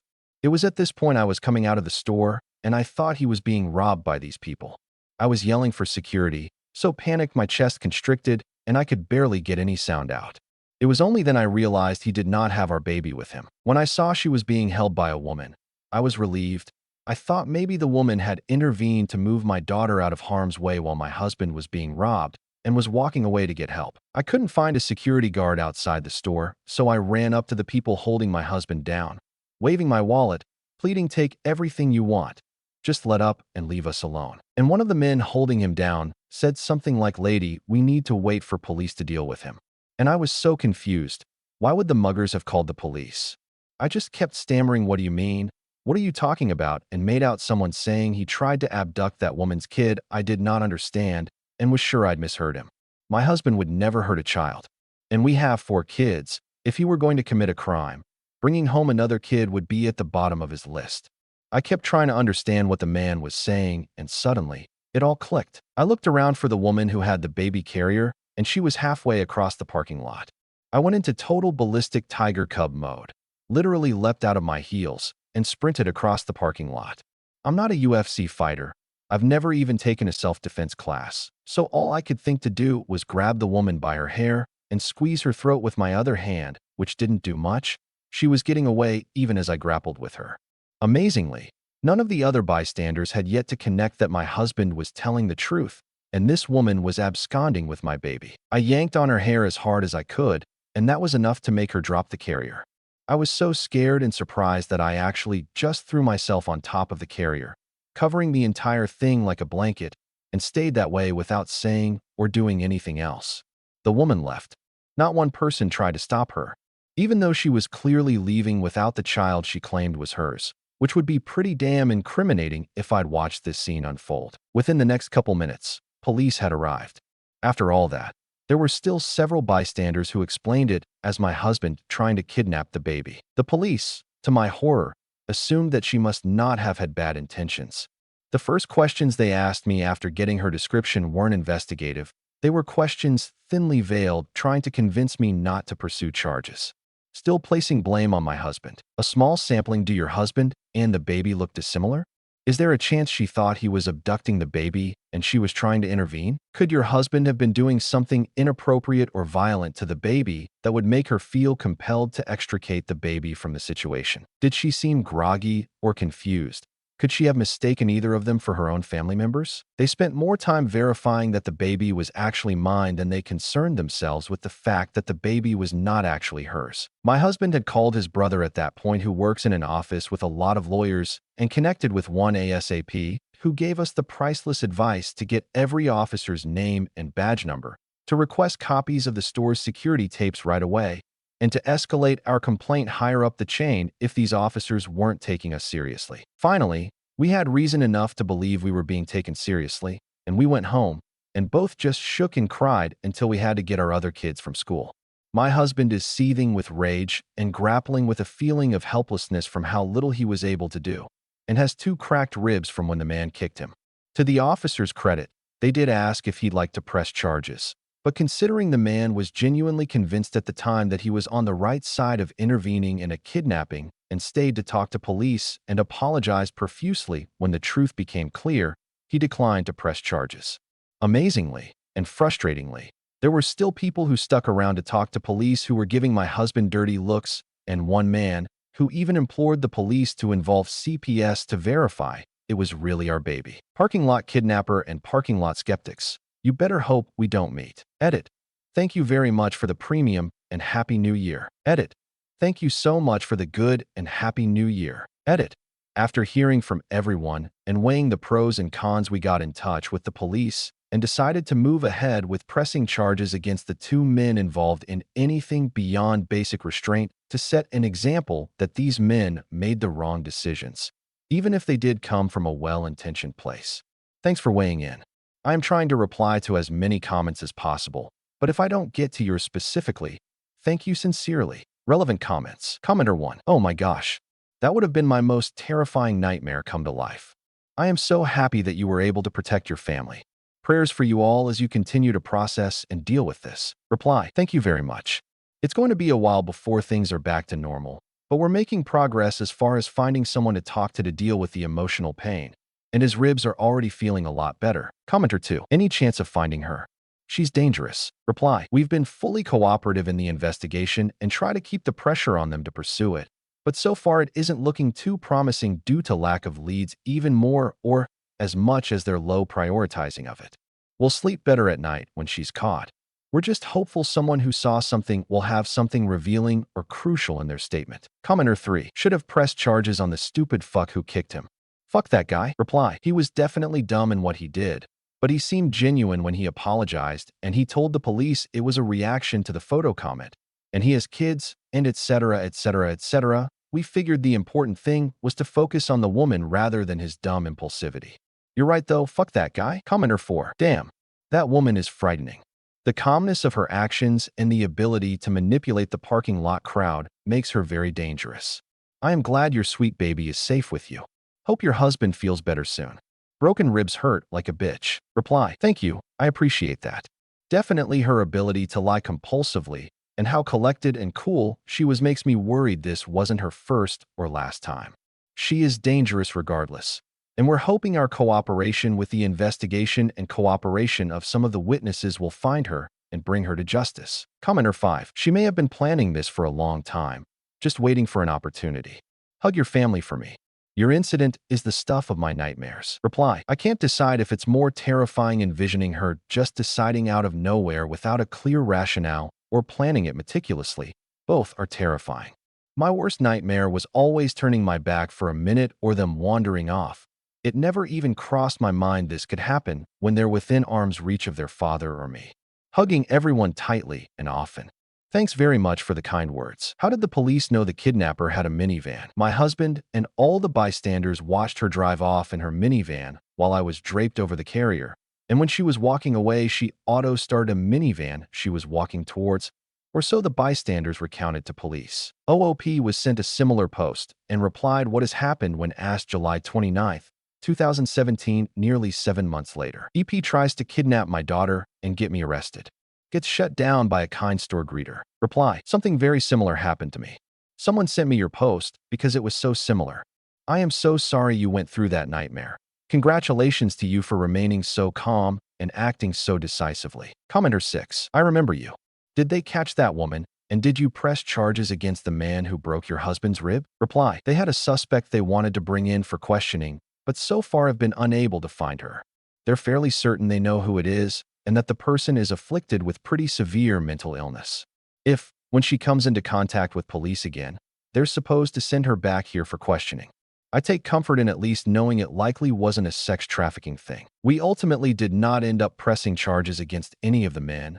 We just wanted to put the whole thing behind us. Thanks for asking. Stories number 25. I 26M am taking a step back from my 24F friend since they started dating someone. So I 26M talked to my close friend 24F and suggested we tone back on our hangouts and chats because they told me a couple weeks ago that they have started officially dating someone.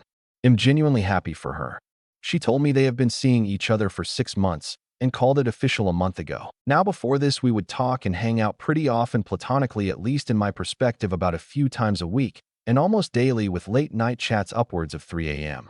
We've known each other for a few years and met at a doctor's office when she noticed me playing a gacha game, and we talked and bonded from our mutual love of games and nerdy stuff. Now, of course, I think both guys and gals can be great friends with, of course, boundaries and lines. However, in my mind, if I was seeing someone, I wouldn't really want them hanging out with and talking non-stop with a guy to this extent, especially if I don't know them. She told me about her relationship a couple weeks ago and mentioned that her BF has gotten a little nosy recently whenever we would text about stuff. I asked her if she told/showed him our chats and stuff. She said no, because she deserves a private life too. I completely understand that, but we really only talk about games, movies, comics, etc. It wouldn't hurt to just show him LOL. I suggested it. She again said no, and that he doesn't really like our interests. That's completely fine, and I dropped it, though after informing her that from a guy's perspective, talking to a dude then hiding the conversations and being secretive about it can seem damn sus. As for the BF, I know next to nothing about him, and she always skirted around any details about him. Our mutual friends know about him apparently, though for some reason, she always seems to be pretty secretive about it. Sort of feels like I'm just being left in the dark. I have other female friends in relationships, and this was never an issue. According to her, she just doesn't want us to know about each other as it may have start conflicts since she talks to me more often than him.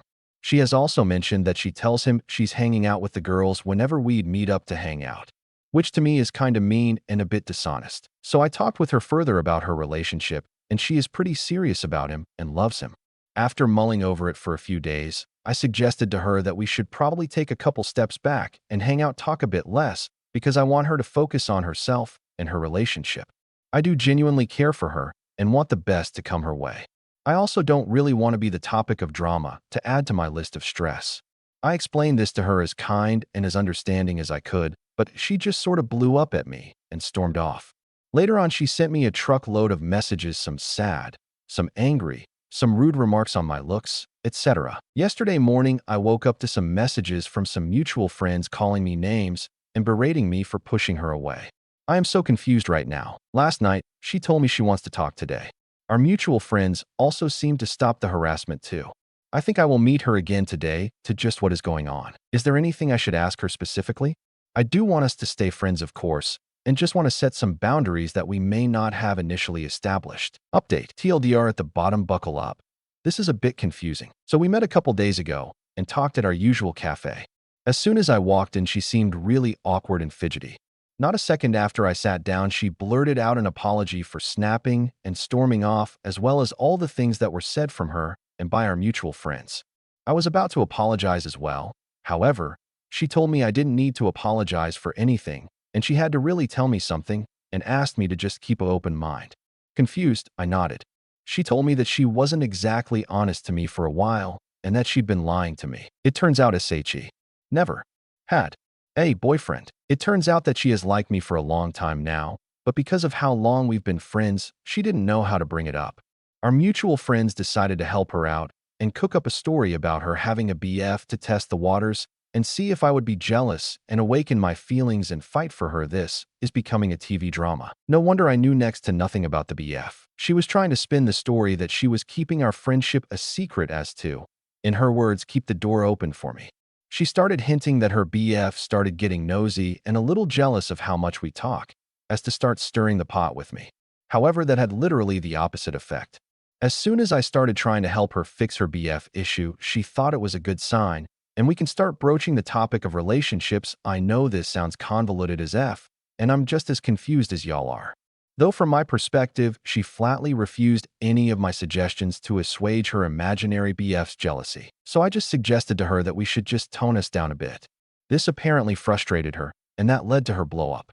She vented to her friends, and they harassed me a bit, telling me I'm throwing away something good and all that. That's when some comments from our mutuals started making even more sense. At that point, I just had a blank expression, just trying to dismantle the most complicated pickup attempt of my life.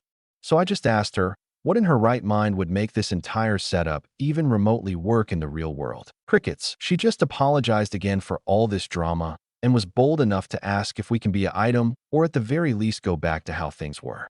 At this point, I just felt a rolling headache and was still processing everything. Still, I just told her I need some space for now to just consider this fiasco.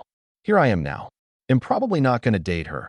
I thought she'd known me long enough that she could have just asked me to my face, and I would have given it serious consideration. Now, don't think so. That's gonna my only update on this. I'm still going through with it, and taking a step back from all of this, including the mutuals. Thanks for reading, guys. TLDR, there was never a BF. It was all just some weirdly spun up story to see if I liked her the way she liked me. Stories number 26. My girlfriend has told me a lot of stuff I didn't want to know. Should I continue with this relationship? My M28GFF29 has revealed stuff to me that I didn't want to know. We've been dating for about 6 months now, and the things came up pretty early in our relationship, but they've been bugging me ever since. It started one night on a phone call conversation. Can't remember how the topic came up, but she started telling me about her ex-tweaker boyfriend and how huge his dick was. I never asked her about it. Had no intention of asking her about past lovers' size. But she decided to bring it up anyways, that she did it again about how many guys she's been with. She asked me one morning what I thought was a high number for a woman was, and I said anything in the double digits. She didn't give me an exact number, but confirmed that hers were in the double digits, and that she hooked up a lot when she was 21, And that it was in the past, I was shocked to hear that because she had previously told me that she had only been with 2 guys before me.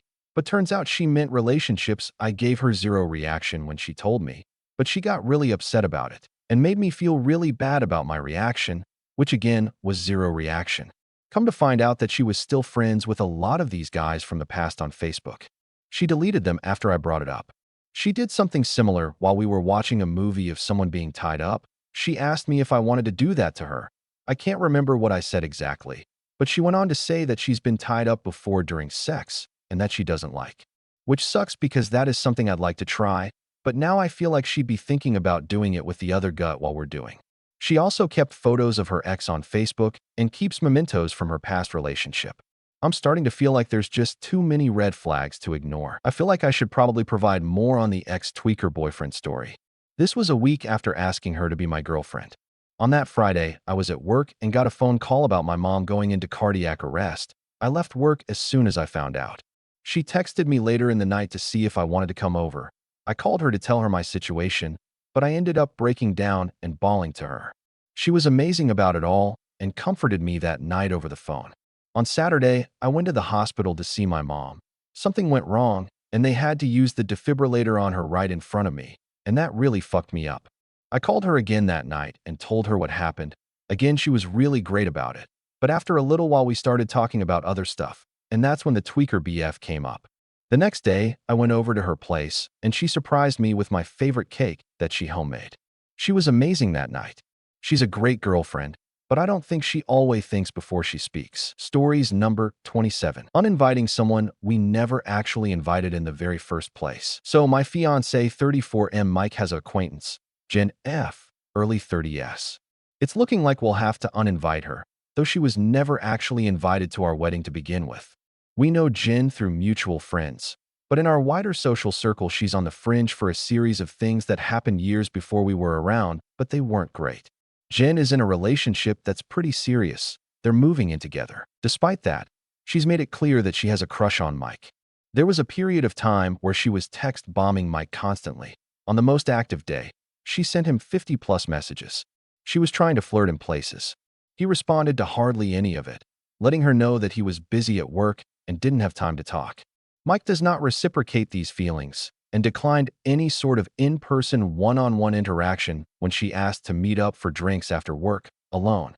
He shared the message threads with me because he saw the red flags and didn't want to end up in a situation where there was any room for doubt. When things were less obvious and awkward, she tried to arrange double date nights, but we generally made excuses and declined.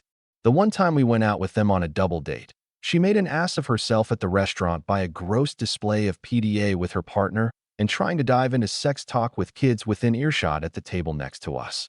All of us, including her partner, let her know that we weren't comfortable with where she was pushing the conversation, and she pouted and said we weren't any fun. Yes, she had been drinking. She made a big show of wanting to be girlfriends with me to my face with Mike present, but I've never heard from her once, and she hasn't made any effort.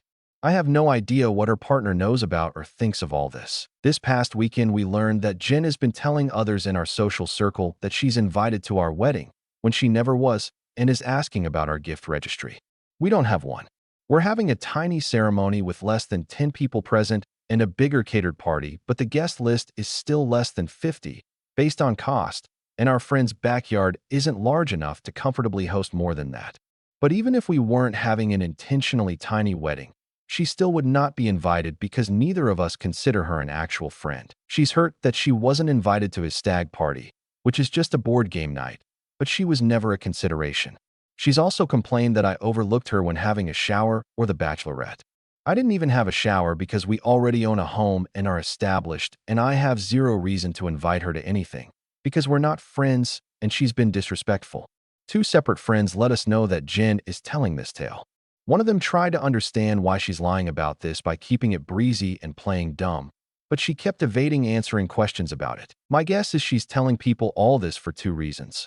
1, she believes that she and Mike are friends and her feelings are hurt, and 2, she's possibly trying to ferret out the details/location of the ceremony and the party.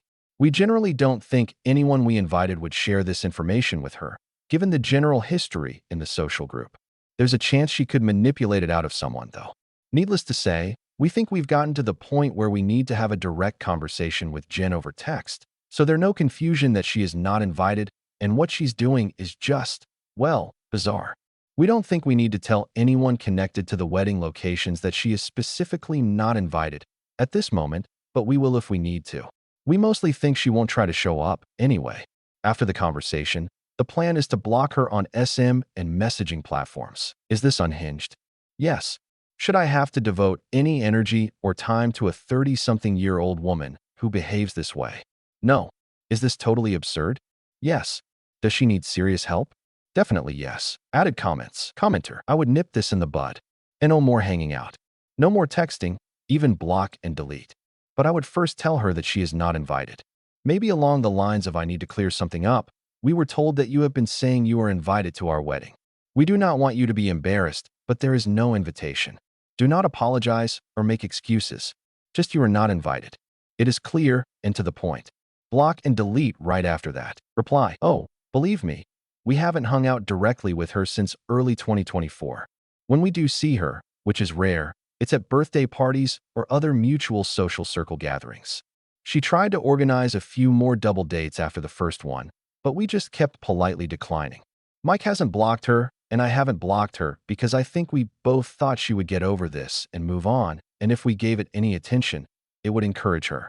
Obviously, we were wrong, but yeah, otherwise, we're totally on the same page. We just never thought we'd have to have this conversation with anyone. Commenter. You're going to have to be blunt, and frankly, it wouldn't be best if it comes from your fiancé.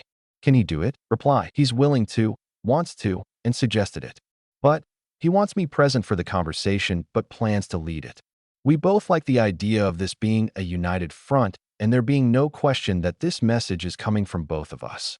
I don't really plan on saying much to her.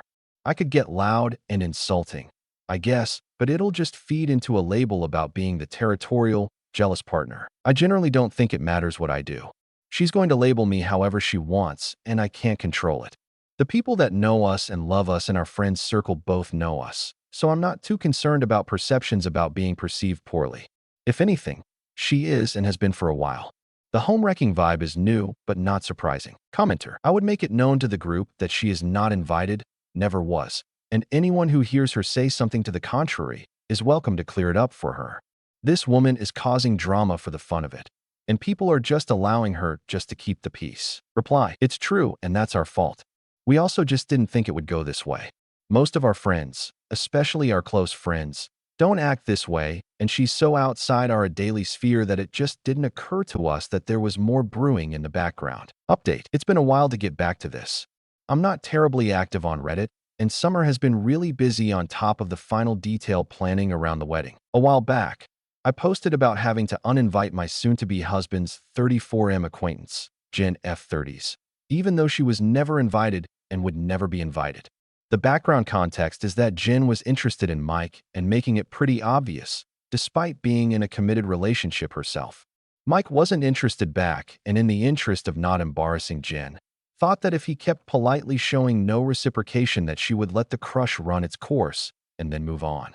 Instead, she started telling mutual friends a made-up story that we had invited her when we hadn't, and also complaining that she had never been invited to the stag or bachelorette parties, despite a lack of friendship with either of us. We weren't all that concerned about her crashing the wedding, which is still several months now, but replies to my original post did press upon us both that we should actually be more concerned.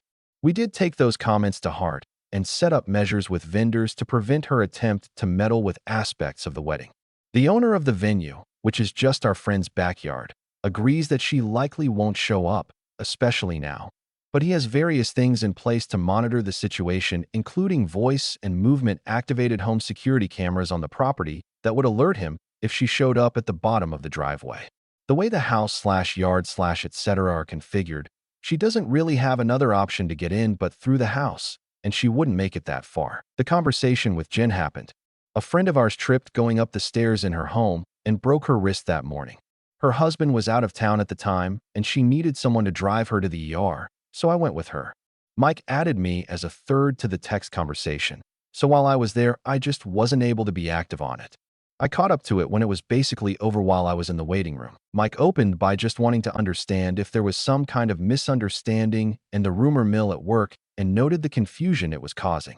I really thought Jen would object to my being in the conversation, but she didn't bring it up and feigned concern about the stress that was being created by these rumors. He pointed out that two separate people both noted that she had lodged complaints about being excluded from being pre-wedding celebrations and also that she had been invited to our wedding to them. Jen denied it all at first. She insisted that she had not spoken to at least one of them at all, and that whatever she had said to the other was probably a misunderstanding. Her version of things was that she understood she hadn't been invited to our wedding and assumed her exclusion was based on expense.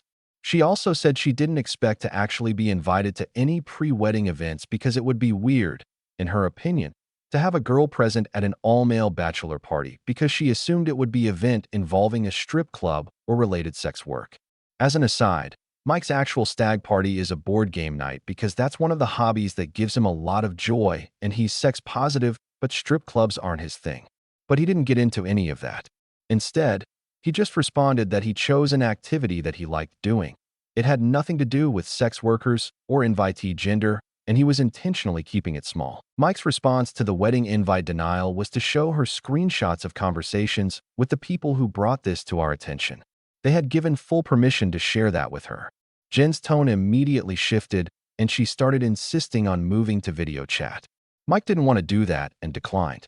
She kept on denying, at that point, what she had said, insisted those folks were lying to us and causing drama, and was getting increasingly upset, all caps typing, and a lot s being used that there were people in social our group who never let her move on from the past and were out to get her. Mike responded that he was sorry if that was the case. He didn't hold those sentiments. He wasn't even around when all that went down, but wanted to emphasize 2 points.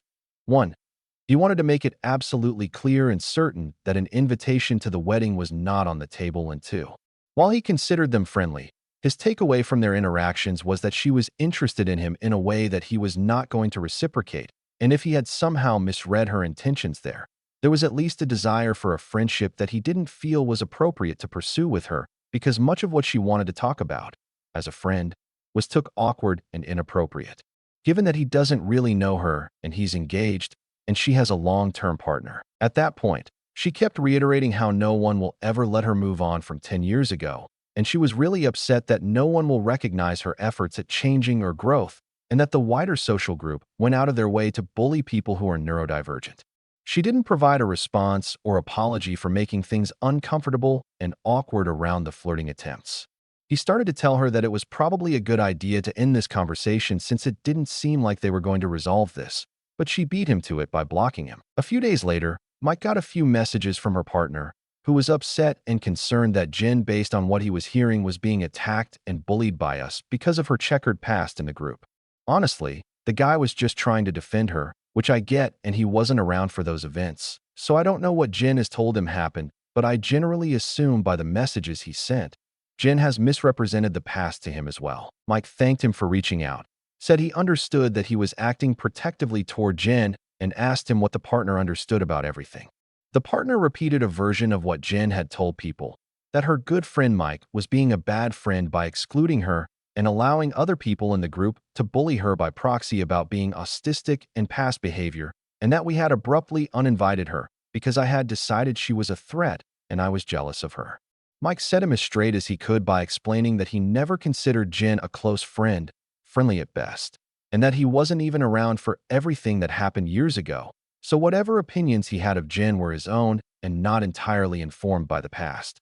He also made it clear that Jen had never been invited to the wedding in the first place, and had let her know that. He also shared that Jen had been inappropriate in her communication with him with what he took as overt attempts to flirt with him, including text and flirty emojis, and asking him to meet up one-on-one.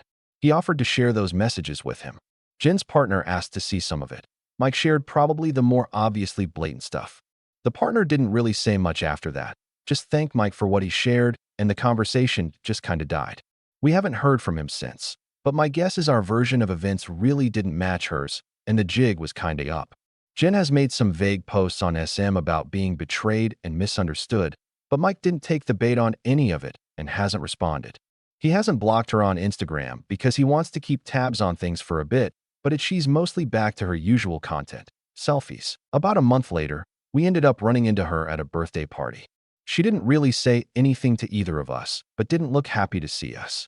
We kept our distance and kept it cordial. No drama resulted. No word on her partner. All I know is he didn't come with her that night. We weren't going to ask. Additional information. What happened 10 years ago? Reply. Some backstory, otherwise it's confusing. A woman in our social circle starts dating this guy. I'll call him Dean. They date for almost a year. She gets a job out of state and they decide they don't want to do long distance. So she moves and they break up. Dean, in the meantime, has made his own friendships with a bunch of people and is now considered part of the group. A little while after, he meets Jen at a bar and they start dating and she makes friends and then, also, becomes part of this larger social circle. Dean is in the military and he gets assigned overseas. Jen and Dean try to make it work for a little while, but long distance is too hard and they break up.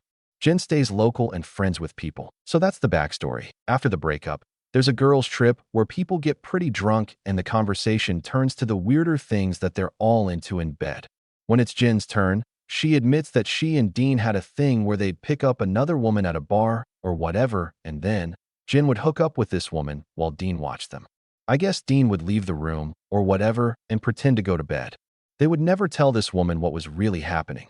I don't know how many times that it happened, but it was a few, according to Jen. This does not go over well. A few of the women get angry and tell Jen how incredibly fucked up this is. Jen is like, totally surprised that people are mad at her and doesn't understand this is really gross, fucked up behavior. It's a huge deal. A bunch of people stop speaking to Jen and she's effectively pushed out of the social group. She's very upset, very apologetic, but doesn't understand still why this is gross and terrible. Finally, a couple people basically told her that if she wants any hope of trying to salvage some of this, she needs to get into therapy and understand why this is so fucked up. She allegedly went and allegedly seemed to get it, improve, make amends, etc., which is why a few people in the group still invite her to stuff. I guess in that process, that's how she was diagnosed as having autism. But there are definitely other people in this group who don't see her working on herself as contingent as anything. That it's good that she did, but it doesn't change what happened, and they didn't want to be friends. I would say that no one is out and out mean or rude to her these days. She just doesn't get invited to things, and people are cordial but standoffish. I think there was a general assumption she'd get the hint and stop showing up to things, even if she was invited by people more willing to look past all this. She's still pretty hurt that some people won't look past this. I wasn't living here when this all happened and didn't know anyone involved. I wouldn't be likely to look past it either. Stories number 28. Aita for not giving an older co-worker a ride home. I 23F have started a new job a few weeks ago and am still learning where everything is and how to do my job. I work in a big store and also have a learning disability, so it takes me a bit longer to learn things than the average person. I work with this one older lady in her 50s who has been training me, and unfortunately, I messed up a few times yesterday. This lady has been working at this store for about 20 years. I was raised by my grandparents, and I understand older folks can say things that may come off as offensive even if they don't intentionally mean to. She laughed at me and told me I have been here a few weeks and shouldn't be making mistakes. She had asked me if I drove myself to work, and I said yes. She continued to laugh again and asked me how I didn't get lost, implying again that I'm slow lol. That really bothered me because, as I mentioned above, I do have a learning disability and I really do try my best at work. She was complaining about me to management, telling them that I was too stupid to even function, stop hiring slow or word people, and that they should fire me. The next time I saw her, I explained that I have a learning disability and it takes me a little bit of time before I can get things perfect. I also told her that her comments were making me uncomfortable and if there was any way we could move past this. She told me that I was being too sensitive and that my generation can't take criticism. I honestly decided to stay away from her and just focus on my job.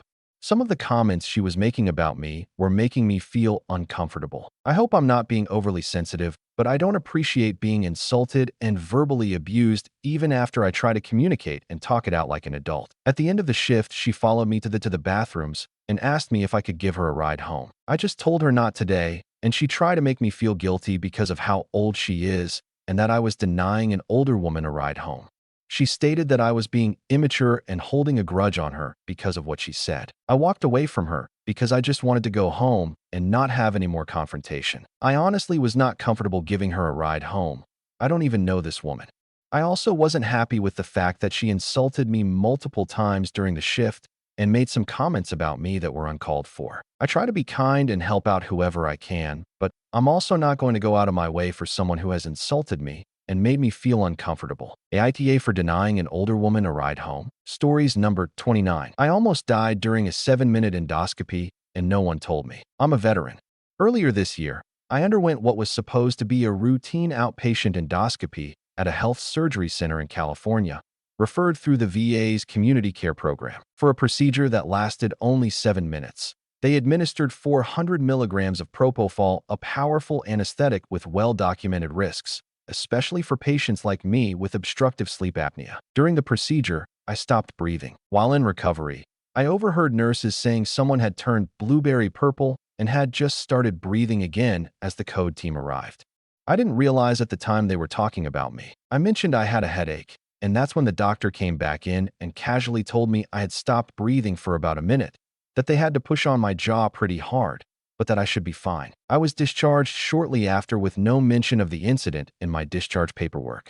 The official procedure report said no complications. It wasn't until I later obtained the internal records that I found out what actually happened. My oxygen dropped to 22%. I was unresponsive, not breathing spontaneously. A code blue was called. I was given ambo bag valve mask ventilation. A jaw thrust was used to open my airway. The hypoxic episode lasted 3 to 4 minutes. The version of the report sent to the VA minimized everything. Patient desaturated to 23%. With effort, recovered well without issues. That caused delays in neurological follow-up, and my symptoms were downplayed. When I pressed for answers, I received this response from the grievance committee. Despite the respiratory arrest, code blue, and emergency intervention, they claimed. The grievance committee has reviewed your medical records as well as the prior investigation notes.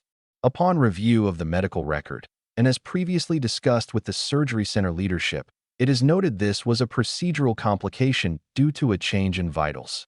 As evident in your chart, there was no further action necessary after your symptoms were addressed. Your condition did not warrant further review or rise to the level of a sentinel event as defined by the Joint Commission.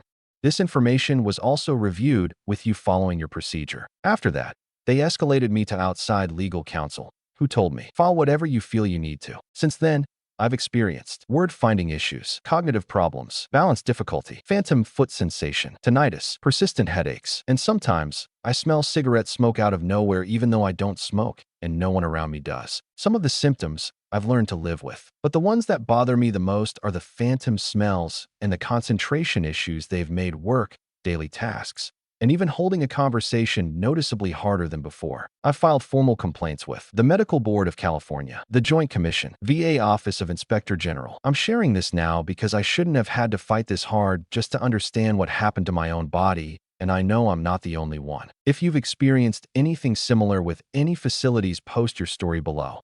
Make this thread impossible to ignore. The only way these systems change is if we stop letting them control the narrative. Make this go viral. Make them answer. No one should receive 400 milligrams of propofol for a 7-minute procedure, stop breathing, require emergency ventilation, and be sent home with paperwork that says no complications. Veterans deserve better.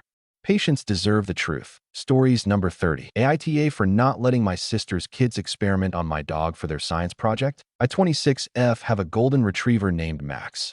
He's 7, gentle, and basically my child. My sister, 33F, has 2 kids, 10 and 12. They're good kids in general, but my sister has a very kids should be allowed to explore parenting style, which means they get away with a lot. Last weekend, we were all at my parents' house for Sunday lunch. My niece and nephew kept following Max around with a notebook and a bunch of random stuff from the garage, rulers, a stopwatch, string, etc. I thought they were just playing until I overheard them talking about something like testing how fast Max runs if we scare him and how many times he'll bark if we tie something to his tail. I stepped in immediately and told them Max was not going to be part of their science experiment. They argued that it's for school and dogs don't mind. My sister backed them up, saying I was being uptight and that it would be harmless data collection. I told her it wasn't harmless if the experiment involved stressing my dog out, and that she could volunteer her own pets if she thought it was fine. She rolled her eyes and said I was teaching the kids to be overly sensitive. Now my parents think I overreacted and made a scene over nothing, but my boyfriend says I did the right thing. I'm pretty sure I'm NTA, but I just don't know if shutting it down so abruptly and admittedly a bit harshly makes me the AH here. Stories number 31. Tofu, I set myself on fire accidentally and had to be flighted to the hospital for emergency surgery. I was doing yard work and had a huge burn pile after it. I usually use diesel as an accelerant for my brush piles, but I was out of diesel and figured if I was careful, it would be fine to just use regular gasoline. I poured about 1/4 gallon on there and grabbed a little dab torch. Here's where things went awry. I got a small bit set on fire and turned around to move away. That's when the boom happened. I was basically engulfed in flame. My legs got the worst of it, but my entire right side is burned all the way to my head. I stopped, dropped, and rolled. Skin was falling off my calf muscles as I stood up. Ambulance took me to the helipad and took me to Medical City Plano Burn Unit. I have these special things stapled into my legs now, and we are about to do 6 skin grafts. TLDR, I set myself on fire and my legs are fucked now. Edit. This blew up more than I expected. I'm on a lot of heavy painkillers and weed gummies, and replying to so many well wishes is just not possible. Thank you all for your thoughts. My family is going to be setting up a GoFundMe in a couple days to try to help me get through all this. I'm obviously not able to work for a while. Would it be kosher to post the link here when they get all that set up? Stories number 32. I took PTO for a family emergency. They said I should have given 2 weeks notice. I had to fly out last minute because my mom had a stroke. Not exactly the kind of thing you pencil into a calendar 2 weeks in advance. I called my manager right away, explained everything, and filed the emergency PTO request the same day. No response. I followed up 3 times. When I finally got back to work, HR scheduled a quick chat. They said the time off was unauthorized because I didn't give proper notice and that this would be reflected in my performance review. I asked them dead serious, do you want me to ask my mother to reschedule her stroke next time? They didn't laugh. This job preaches family first, but when an actual crisis hits, suddenly it's about protocol and procedure. I'm already brushing up my resume. I'm so done. Stories number 33. I haven't had any tattoos and know that I'll probably regret it, but I wanted to get a small mint leaf tattoo because my cat's name was Mint. Told my girlfriend that I wanted to get a tattoo, and she started telling me that I'll look gay. It's weird that I want to get a dead cat as a tattoo, and said that if your dog dies, will you get another stupid tattoo?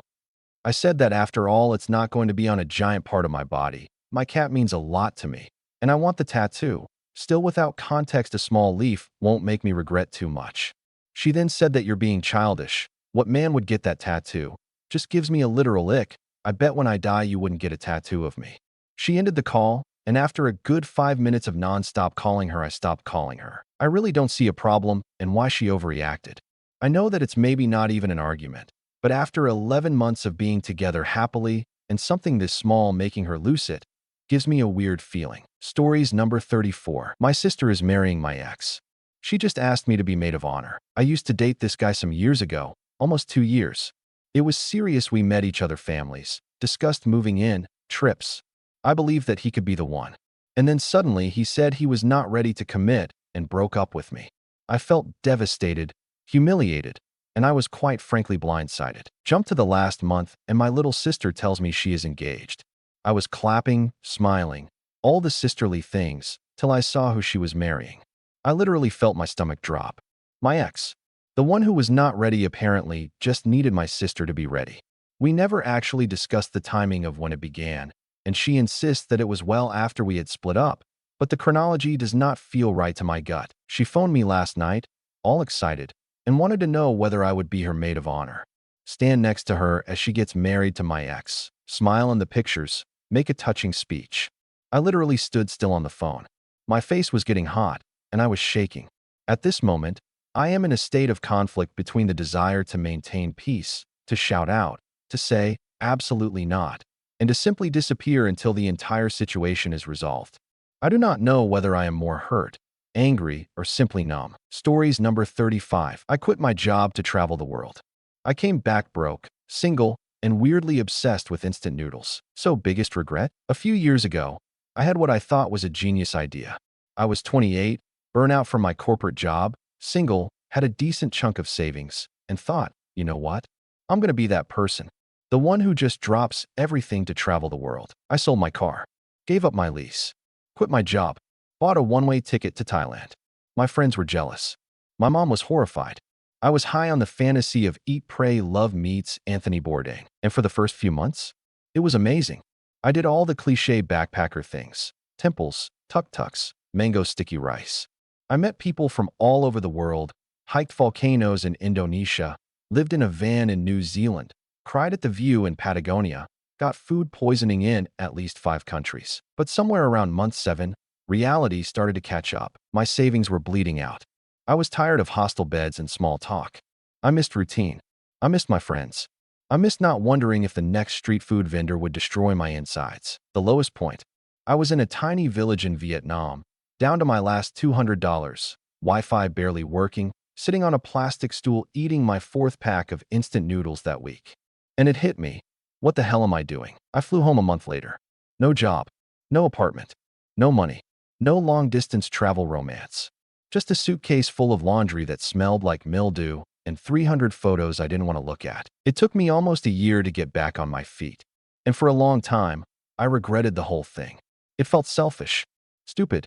Like I tried to run away from life and just ran into a bigger mess. But now, a few years later, I'm not sure I regret it in the same way.